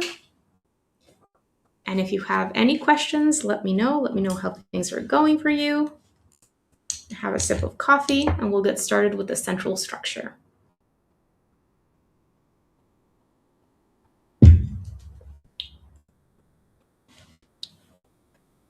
When it comes to the central structure, we do have to develop our lighter values first because this is a section that we haven't even developed lighter values in. We haven't even touched those parts of the paper, okay? So we have to start with our lightest color first, which is the cerulean blue. I'm gonna start with my size 3 round brush.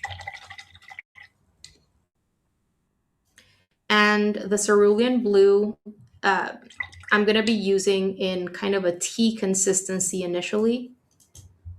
Oh my God, I want to sneeze. Okay. I seem to have no questions. Okay.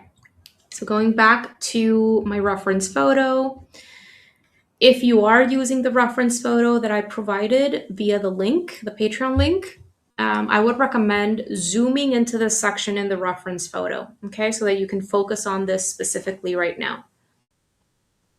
But we're going to make our way from lights to darks again. Smaller brush. And you're going to start with the lightest blue, which is the cerulean, in kind of a tea consistency. And you're going to start by painting in the lighter blue around the highlight shapes, okay? So I'm going to leave shapes, try to create something similar to what I'm observing in the reference photo. I see a very, very small, narrow highlight at the top, then a larger highlight in the middle, and then a smaller one along the bottom. Just do something similar. You know, it doesn't have to be the same. And then in this teeny tiny one, you might want a smaller brush, okay? It's a very, very small shape, but you want highlights in these, in all 3 parts of this central structure, okay? And then I'm going in to paint the larger section, starting with my cerulean blue. And I'm trying to paint and leave some similar highlights to what I'm observing.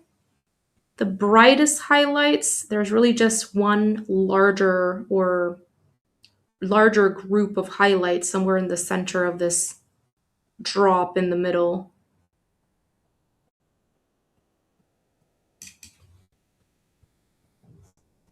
Gonna make my way down. And there is no harm in leaving other teeny tiny highlights aside from the ones that you see in the reference photo.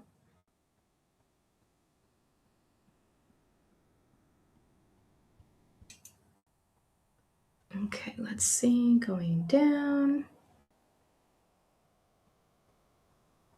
So maybe you want to leave extra highlights, or maybe you can even turn one of those light value shapes along the bottom into an actual brightest highlights instead of a very, very light value.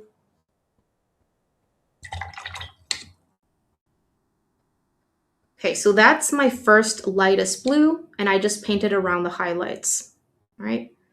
So now I'm going in with the middle blue, which is the mix of phthalo and cerulean.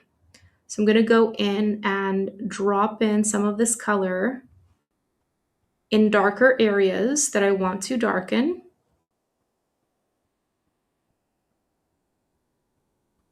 Around, making my way around those highlights and making sure that I'm leaving sections where only where that cerulean blue is left alone, shining through, uncovered by the second blue.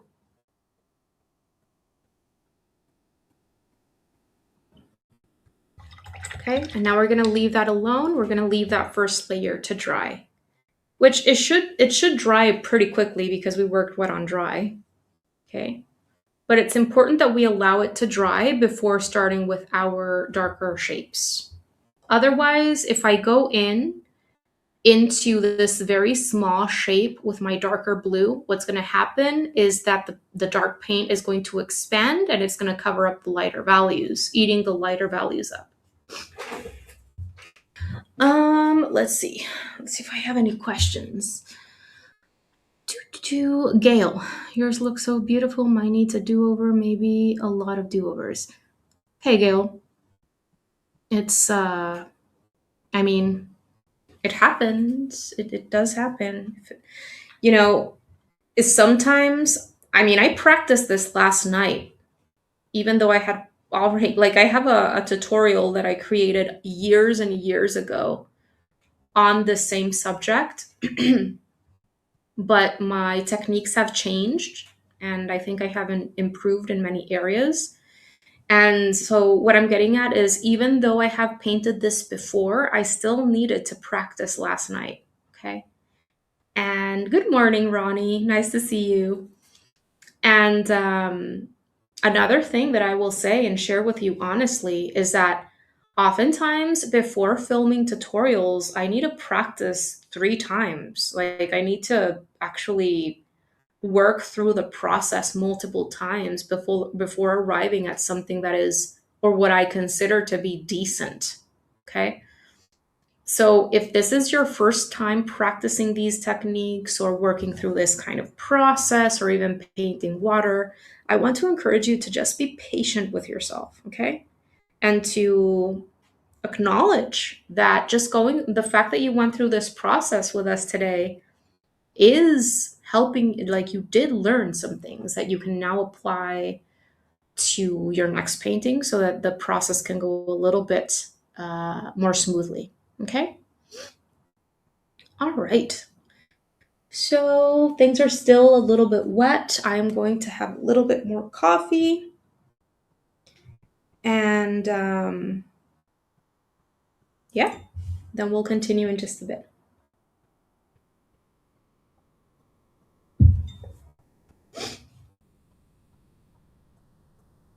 How is everyone doing?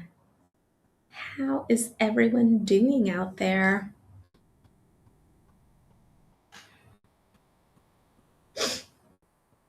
Is there anything that you guys are working on that you've been struggling with? Is there anything that you need some maybe input on? Let me know. I'd be happy to answer any questions, provide any tips so that you can move forward with greater clarity. Even if it's not related to what we're working on today, I'd be happy to help.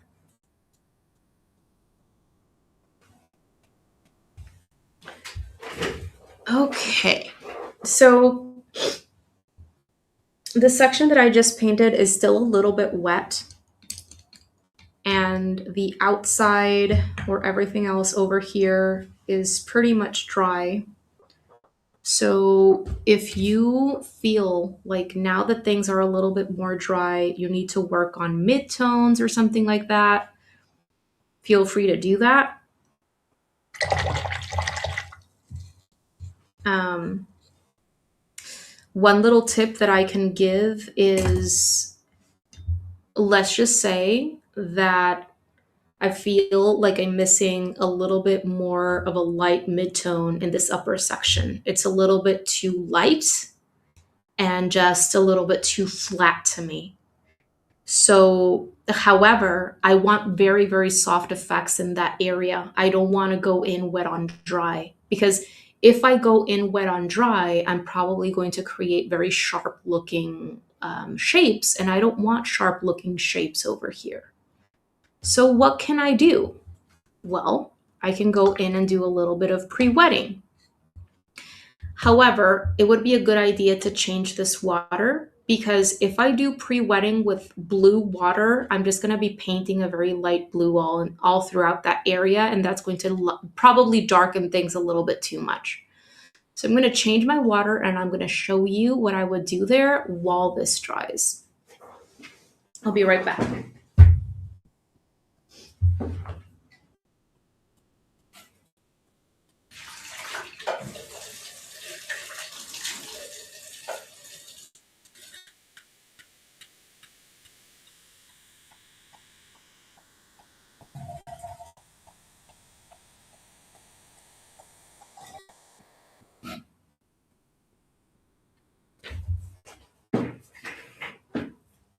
Okay, so I changed my water. Now let's just say that I want to develop some very light blue ripples over here like they appear in the reference photo. I'm going to go back to my larger brush and do a little bit of gentle pre-wetting with clean water in this area. Make sure not to disturb that paint that is already dry because one of those important characteristics of watercolor is that paint can be reactivated after it has dried. So we have to be very careful, okay? But you can absolutely pre-wet over sections that you have already painted on as long as that paint is completely dry. Okay? And now that this section is wet, this entire upper section is wet. Here, I'll show you what this looks like. See that? I avoided wetting over the drop at the top, but everything is wet over there. Now that this is wet, I can go in with my cerulean. Remember, that's what I was using there at the top in that first layer. Cerulean blue.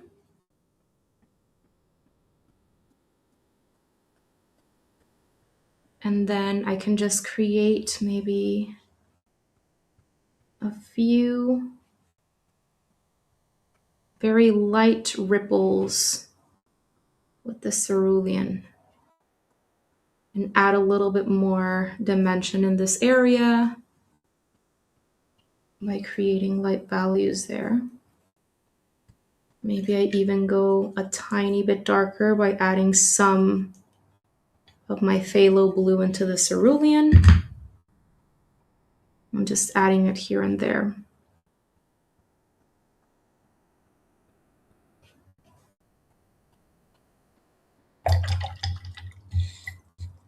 All right, that's enough. I'm gonna allow that to dry. All right, so I'm gonna go back to work in the central part of the piece. So right now I just have lighter values. Let me remove this cat hair. There, removing the cat hair. Going back to my midtones and my darkest darks. So I already have my lighter values in. So now I'm gonna work with my plain phthalo blue. And later I'm gonna be adding a little bit of gray into this to darken certain areas even more. Let's see, oops. I have to go now. What? Bye, Valerie. It was so good to see you. Have a nice weekend. And good night. Okay, so darker values. Let me grab my reference photo again and zoom into this central structure. Starting at the top and starting with my phthalo blue, size 3 round brush. And I'm going to start painting in those dark shapes that I see in the reference photo.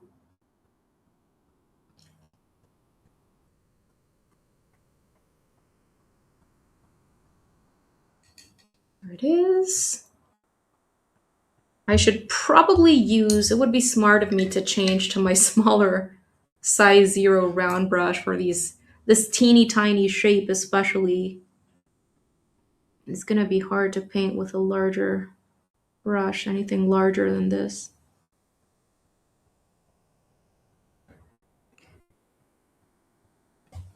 There we go.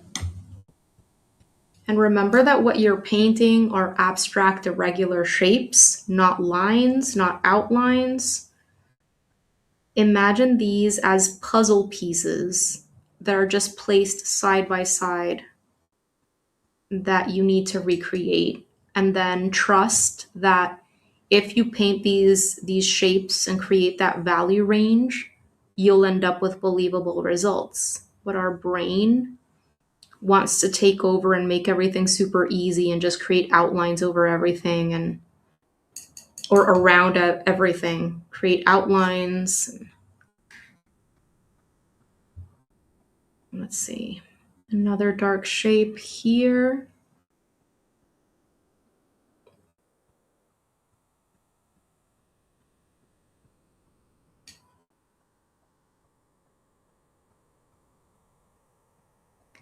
And a very dark shape here that I will be going over with my blue-gray in just a bit.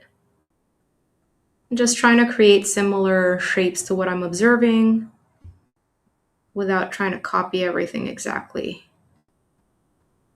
There's a darker shape here in the back.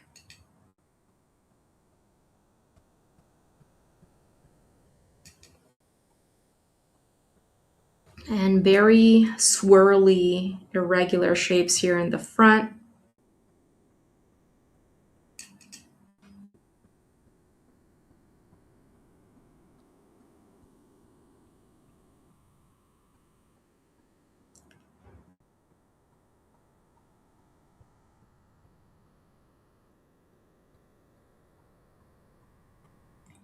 Okay, great. So now I'm going to start with my blue-gray. I'm going to make my way back to the top again. Back to the top. I had a tiny bit of bleeding over here because I did that. I redid the wash in this upper part. And so I painted this before it completely dried and I had a little bit of bleeding there. That's fine. So back to my blue-gray. And now these areas, the central structure, you have your highlights, you have your lighter blue values, you even have your darker blue values. And now we're going to push the darkest dark areas. And as we expand that range of values, things start looking more and more three-dimensional. So back to that reference photo, observing where those darkest darks are. Maybe I should use my size 0 round brush because these darkest shapes, especially in these upper two little drops, are very small. So size 0 round brush, blue-gray, observing the reference photo, and just darkening the darkest dark areas that I see there while leaving the previous sections uncovered.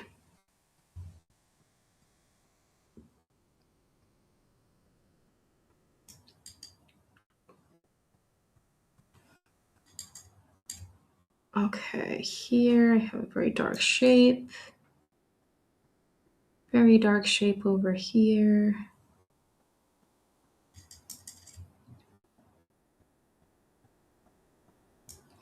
So water, as I said in the beginning of this lesson, is very, very reflective. And when we're painting reflective objects like metals or glass or water, it's important to incorporate those brightest highlights. If we don't incorporate brightest highlights, we're likely not going to end up with believable results.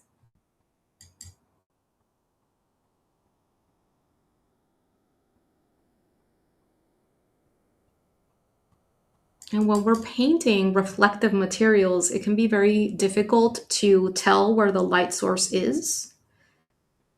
especially when they are also transparent, because light moves through transparent material.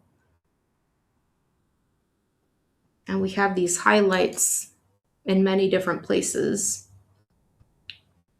However, when you're painting a full still life or a full scene where there's water, you're going to have other clues in the other objects or in the cast shadows on the surface of the table or the ground, and you can get a better understanding of where the light source is because you have other clues around the water.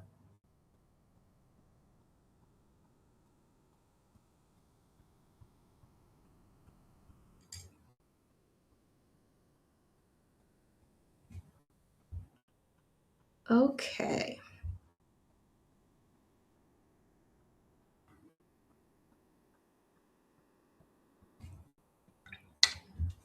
there we go.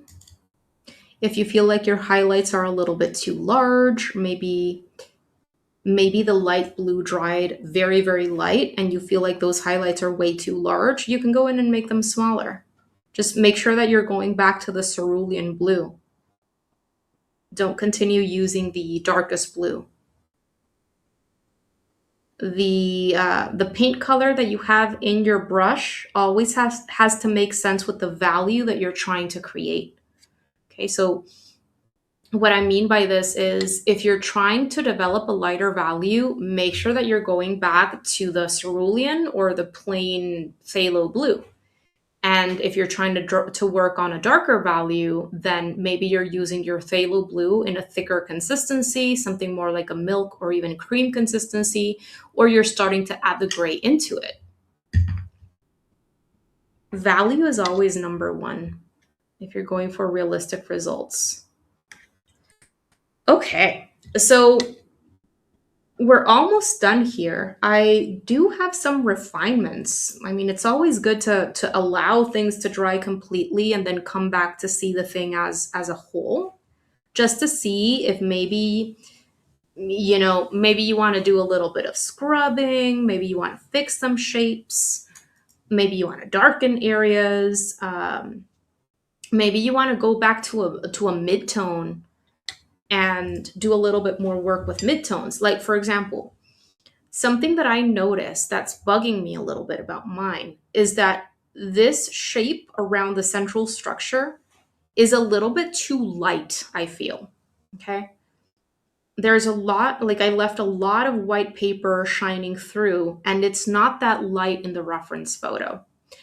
And so if I wanted to go in and darken that area, but it's a light value, it's not that dark, I have to again make sure that I'm using the appropriate mixture or color that is going to help me darken that area, but not get too dark. Like I still want to have a similar value relationship between this area, and also the central structure, similar to what I'm observing in the reference photo. Um, and not go too dark. So I'm going to go in with a little bit of cerulean blue. And then if I want to darken areas inside of that even further, I'm going to add a tiny bit of my phthalo into it. And I'm just going to do it wet on dry. Just painting in this section. Maybe just leaving a tiny bit of that paper shining through in some areas. Going in with a bit of phthalo into this. There it is. I think that's better.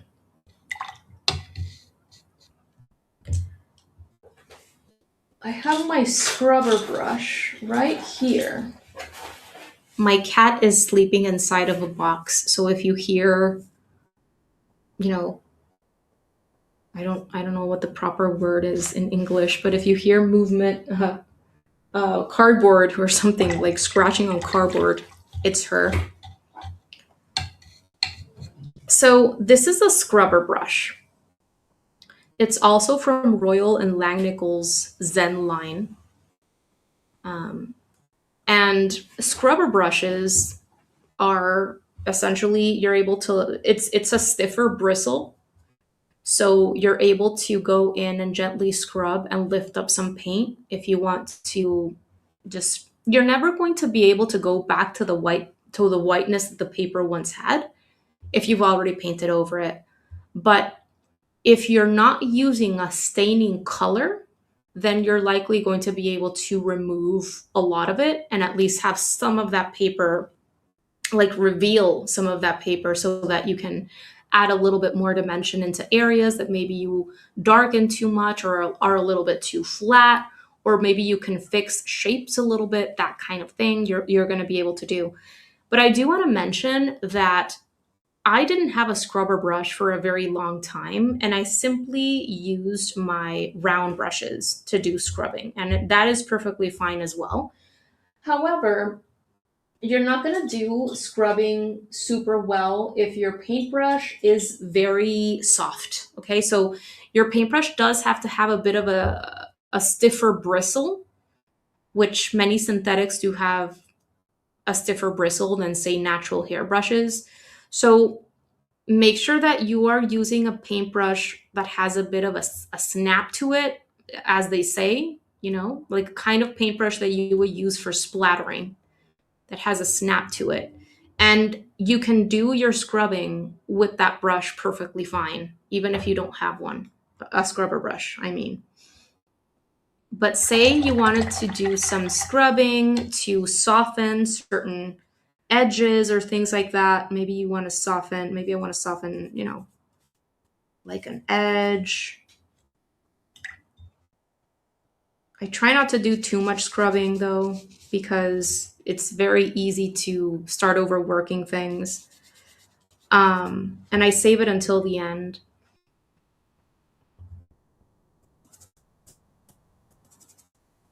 It can also help you avoid or get rid of those patterny shapes. Like here, I broke up this shape into two parts. So now this shape and this shape look a lot more different.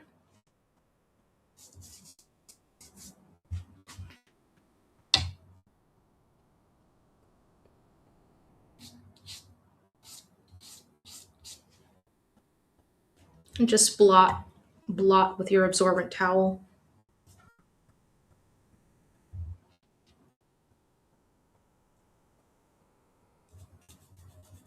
And in the meantime, I'm allowing everything to dry and allowing, just so that I can see if things are, um, if I have created the level of contrast that I want. And if I haven't, then I decide if I want to go in with another layer.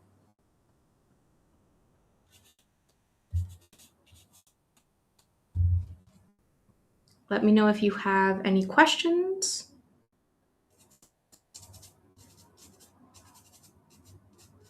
Anything on supplies, artist mindset and productivity, or anything technical related when it comes to drawing or watercolor, and I'd be happy to help you out with whatever you might need.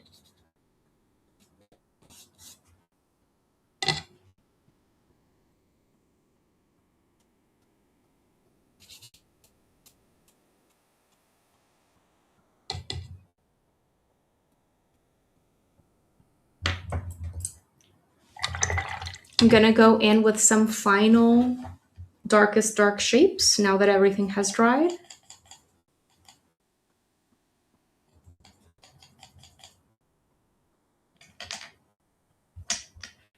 Still want to make sure that the paint doesn't look black. It has to look like a dark blue.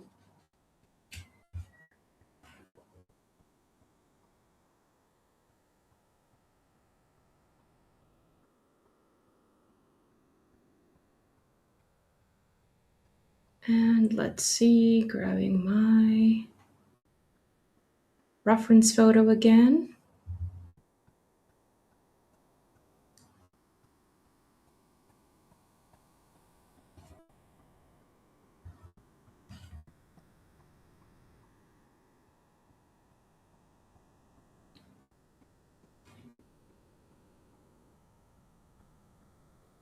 And And here. Oftentimes, when I go in with these very darkest dark shapes at the end, I avoid any softening. And this I do at the end because I've already developed a nice range of values. I already have very dark values created there that I'm painting over with this final darkest color.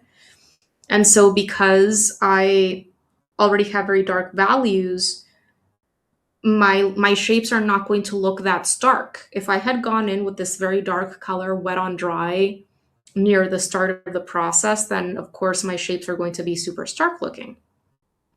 But right now, since I've done so much work when it comes to those values and all this, and I have a combo of soft edges and sharper edges already on my painting, then at this point I can go in and paint darker shapes, and it's not going to be as stark looking,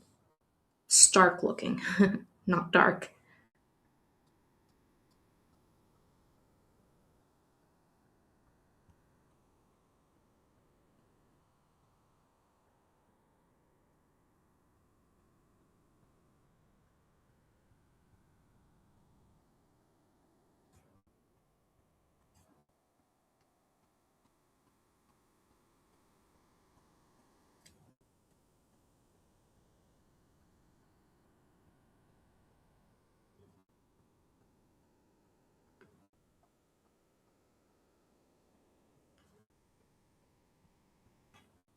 I want to thank everyone on Patreon for being part of this innermost art community of mine, and also for providing or choosing the topic for today's lesson.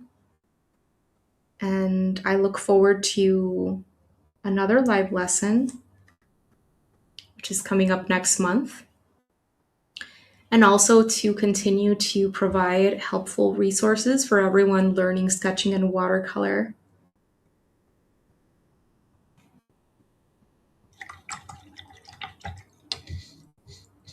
I think that's enough.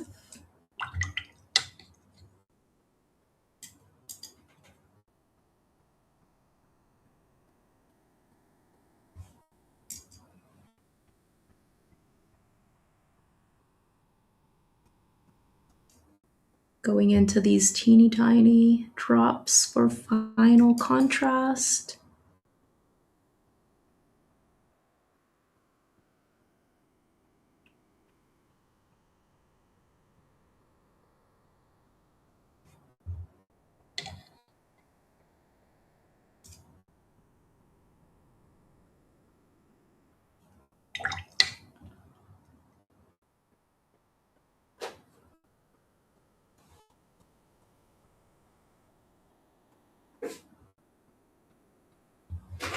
Aw, I wish I could show you my cat. She's so cute.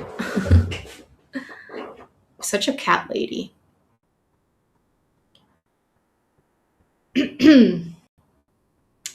All right, so let me remove the reference. I'm going to remove my masking tape.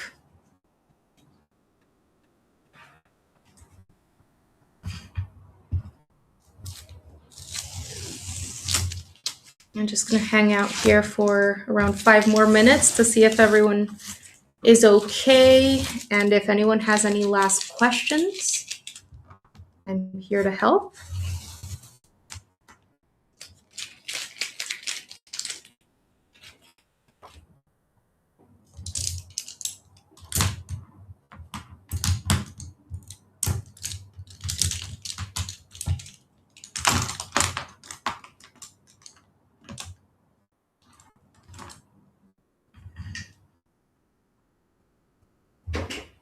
Didn't even finish my coffee in these almost 3 hours.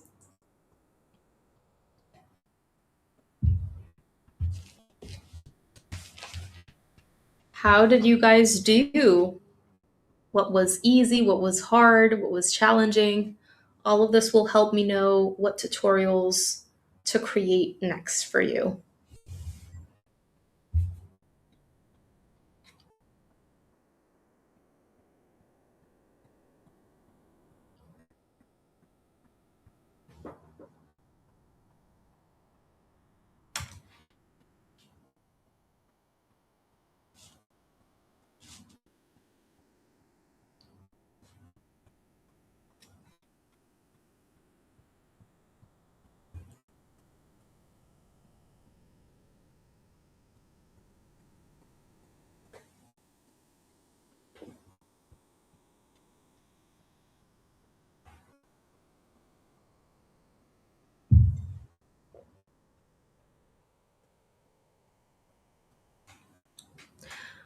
Oh, I have a question here that I hadn't seen before.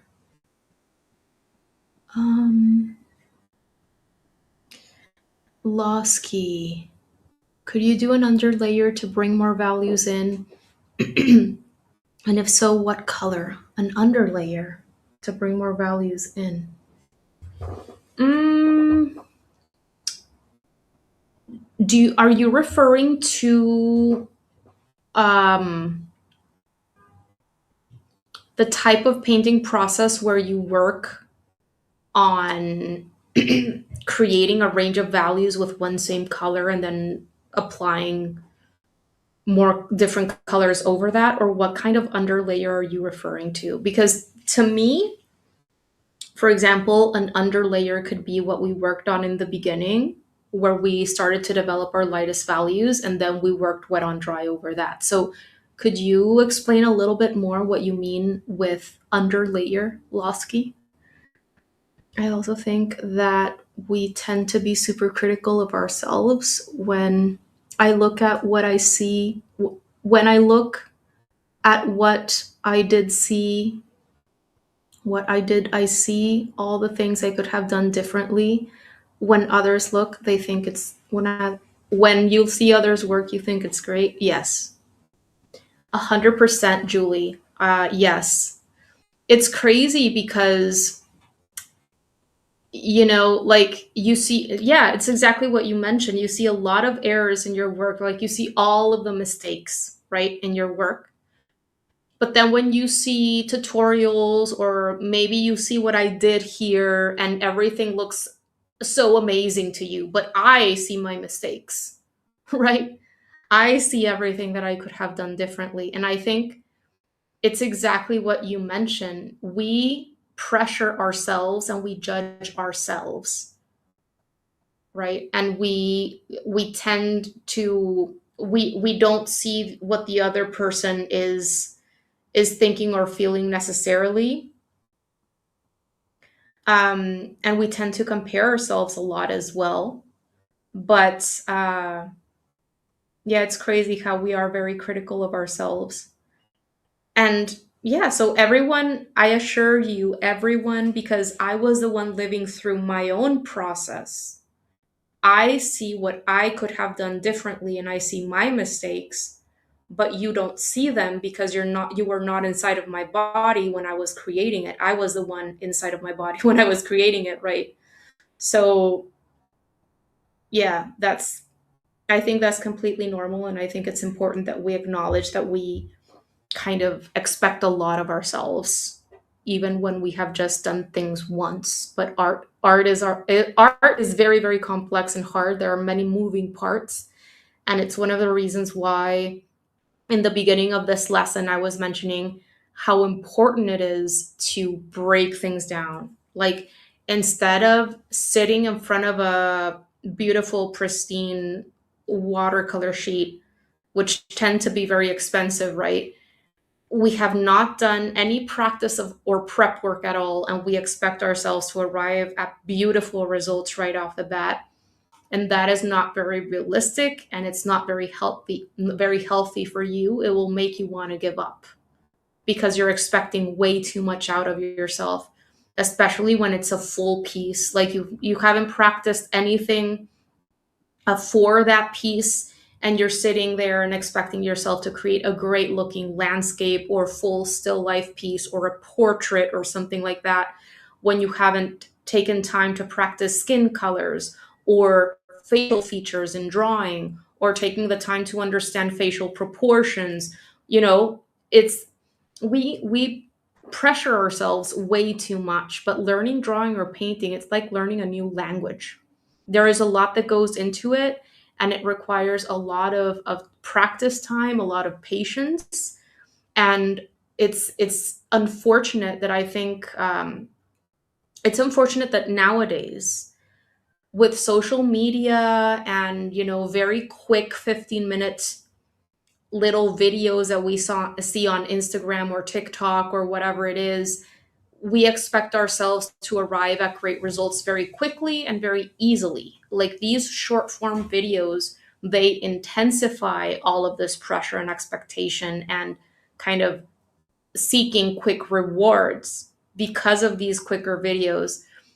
And so just remember that back in the day when we didn't have, even when we didn't have internet, like you don't even have to go back in history so much, but even when we didn't have internet, I think people were a lot more intentional about the resources that they use for their learning, and a lot more like acknowledge the fact that this is going to take time to learn and to develop. But nowadays we want everything fast, and it's unfortunate because we we don't like we expect ourselves to arrive at great results, and if we don't on the first try, we think that we don't have it in us to become great artists. But that is not, it's really not the case at all. That's not how it has worked for the last who knows how many years. Okay, so remember that this is a process, and it's one of the reasons why I have never joined TikTok. I don't like it. It has taken me a long time to understand what I can share, for example, on Instagram, that is actually helpful, that will help people understand the fundamentals and the reality of what it takes to grow as an artist, while simultaneously creating short videos that they will want to watch, because people have such short attention spans nowadays.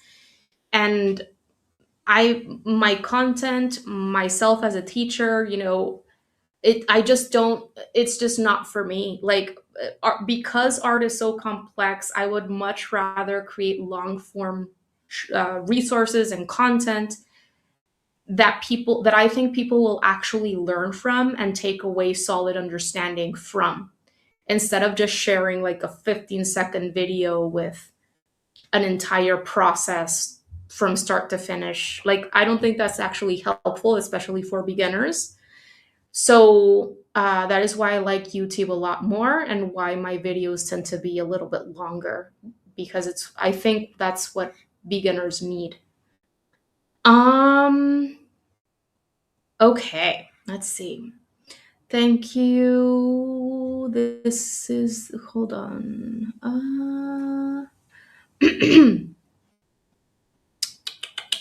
Oh, I have so many comments.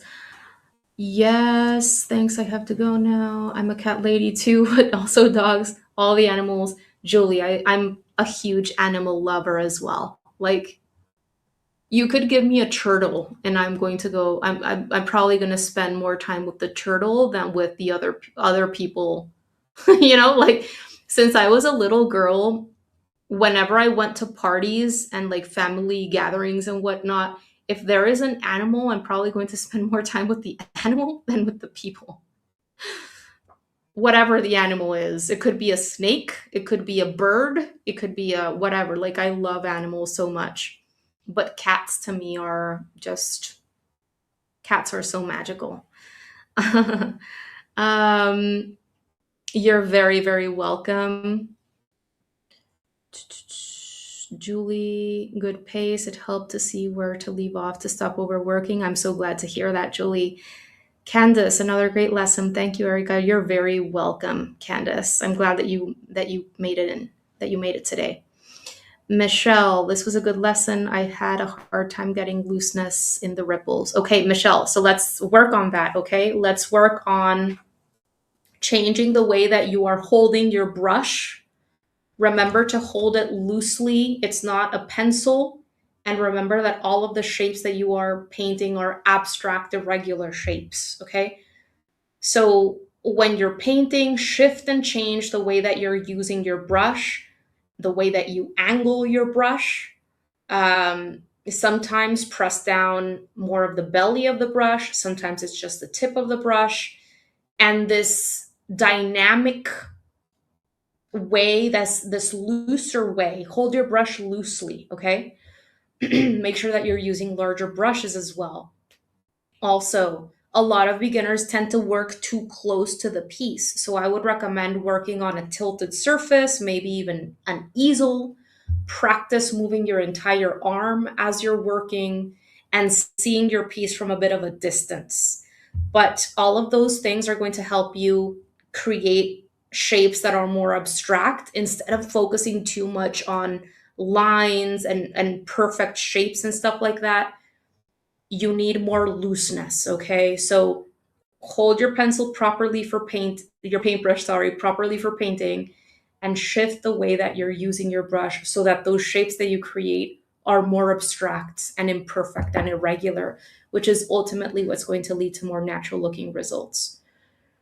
Um, Paul, I'm so happy this was helpful. It was great to see you here. Losky, I'm so happy it was a helpful lesson. Ronnie, I'm not watercoloring yet, but hope to start soon. I am still practicing my sketching. Thank you for the tutorials. Ronnie, I'm so happy that you're practicing your sketching. Honestly, I know that it is for that so many people get excited about starting with painting right away. They want to start with the paint, they want to start with the color. But as I said in the beginning, there are many fundamentals, art fundamentals that apply for any kind of art, such as elements and principles of art, composition, light behavior, and value, and perspective and form. All of those are art fundamentals that, in my opinion, all kinds of artists should have at least the basic understanding of. Because if you don't, I promise you it's going to keep you stuck at some point in your journey. Maybe not right now, but once along your artist journey, you're always learning, you're always growing, and at some point it's going to keep you stuck. And this is why I'm adamant about covering all of the fundamentals. I have all of my art fundamentals library over on Patreon that is available for members in the Rising Star tier. But I always try to sprinkle in understanding of fundamentals even in my free tutorials and the simpler tutorials that I create. For example, in this lesson, we talked a lot about value and form and highlights and developing that range of values needed for dimension, right? That has to do with value and light behavior, which is a fundamental. But anyway, so I'm glad that you are making time to start with sketching, because a lot of those fundamentals are understood through drawing, especially form and perspective, which have an impact on your landscapes, on your scenes, on your still life. Any object that you may decide to work on is three-dimensional, and we need to understand it as being a three-dimensional structure that is being affected by light in the environment. And that is why we see that range of values throughout its planes. So many things. I started with drawing myself. I didn't start painting until later on in my life, and I'm happy that I did. And if anyone, usually the people that come to me for help, especially one-on-one, have already been to some classes, some workshops, and they've already developed at least some experience with drawing or painting. And so I tailor my classes to them and their goals. And I'm always going to be respectful of their goals. But if someone came to me clean slate, right, and said, I want to learn how to create art in a year, I want to be drawing or painting original pieces that are my own, I would spend the first 2-3 months just drawing, okay, just drawing and building up those foundational observational skills, hand-eye coordination, again, an understanding of value, an understanding of 3D form and perspective, because I know that that is going to help you achieve better paintings faster, and you started with a solid foundation that you can build on. If you skip over that and jump straight into the painting and the color theory and the brush and all this, you are likely going to be missing some foundations, and you're going to hit a wall at some point. So I'm glad that you're spending time there. Take as long as you need. There is no rush. Have a great afternoon, Ronnie. I'm happy that you made it in. Thank you. This is the first time I have watched you demonstrate your paintings. I hope to get a friend and go to the beach to see if we can replicate the painting. Awesome, Janice. I'm so happy that we connected. Make sure to Subscribe if you're watching on YouTube so that I can pop up for you on YouTube at some point and we can see each other again. Gail, thank you so much. I have a lot to learn. You're very welcome. Please stay tuned and take your time. Enjoy your learning journey. That is what's most important. Canada, Janice, Vancouver, amazing. I like to see how you draw, paint large waves. I have some tutorials over on Patreon where I paint landscapes with like splashing water and that kind of thing. But I'll definitely keep that in mind for future tutorials, Janice. Julie, yes, I started taking an in-person class this past year and it helped me so much. Yes, absolutely. The community, the ability to see everyone working on the same thing at the same time and their results. Yes, absolutely. Because if you're there, or even with this kind of lesson, right, where it's real time, you can see me working, you can see me fixing in real time, and you can actually get an understanding of like how long things take, right? I think that is invaluable, especially with all of the quick stuff that we're thrown or that are thrown our way 24/7 via social media, which can really distort our understanding of how things actually work. So I'm super glad to hear that you're getting that experience, Julie. And also having that community around you, whether it's in person or you're in some kind of membership online, is so important, and it helps you stay more consistent and motivated, knowing that you have other people, like-minded people that prioritize art and their artistic path is so helpful because you feel less alone. Being artists tends to be lonely because we're working on our own most of the time, right? And I don't know about you guys, but I know very few artists where I live. I have very few artist friends, and it's one of the reasons why I decided to take what I was doing locally to the online space so that I could just open myself up and connect with people from all over that I'm sure, like I knew back in the day that there had to be other people, more people than what I have access to here where I live that show or that share my same kind of wavelength and passions. So yeah, that that community is very important.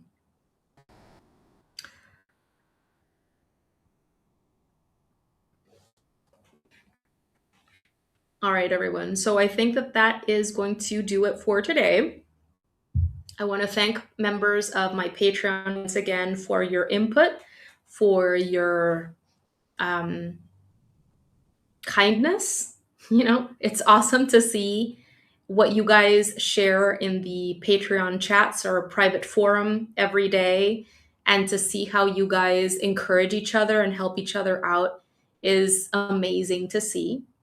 You are all such kind people, and it's just so cool that this community of kind, open-hearted people is, I've been so lucky because even the my community on Instagram and YouTube and in general, such kind people from all over, and I'm just so thankful for that.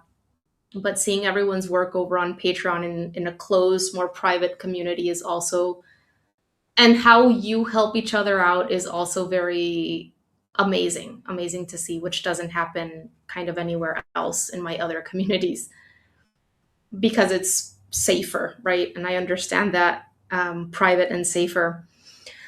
Even for me, sometimes I would rather share things more privately on my Patreon than publicly because sometimes the regulations from YouTube, regulations from Instagram, and people just, you never know what you're going to say that is going to offend someone, even if it's coming from a very uh, good place. Sometimes I would just rather, and also my personal, when I share things that are more personal in my life. I would rather share it on Patreon than publicly. So I want to thank you guys so much. And I look forward to sharing another live class next month. Next month's class is going to be a class on drawing or sketching. So do stay tuned for that. Patreon members are going to choose the topic that we're going to be covering. And yeah, every week I share new videos. Okay, so stay tuned on YouTube. If you're watching on YouTube, make sure to subscribe and try to click on that little notification bell, because sometimes even if you subscribe, you'll never see me again because the algorithm is super weird. So make sure to click on that bell so that you can be informed of when my new videos go out, which happens every single week.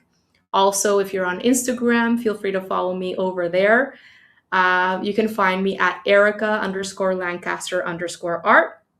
I'd be super happy to connect with you over there.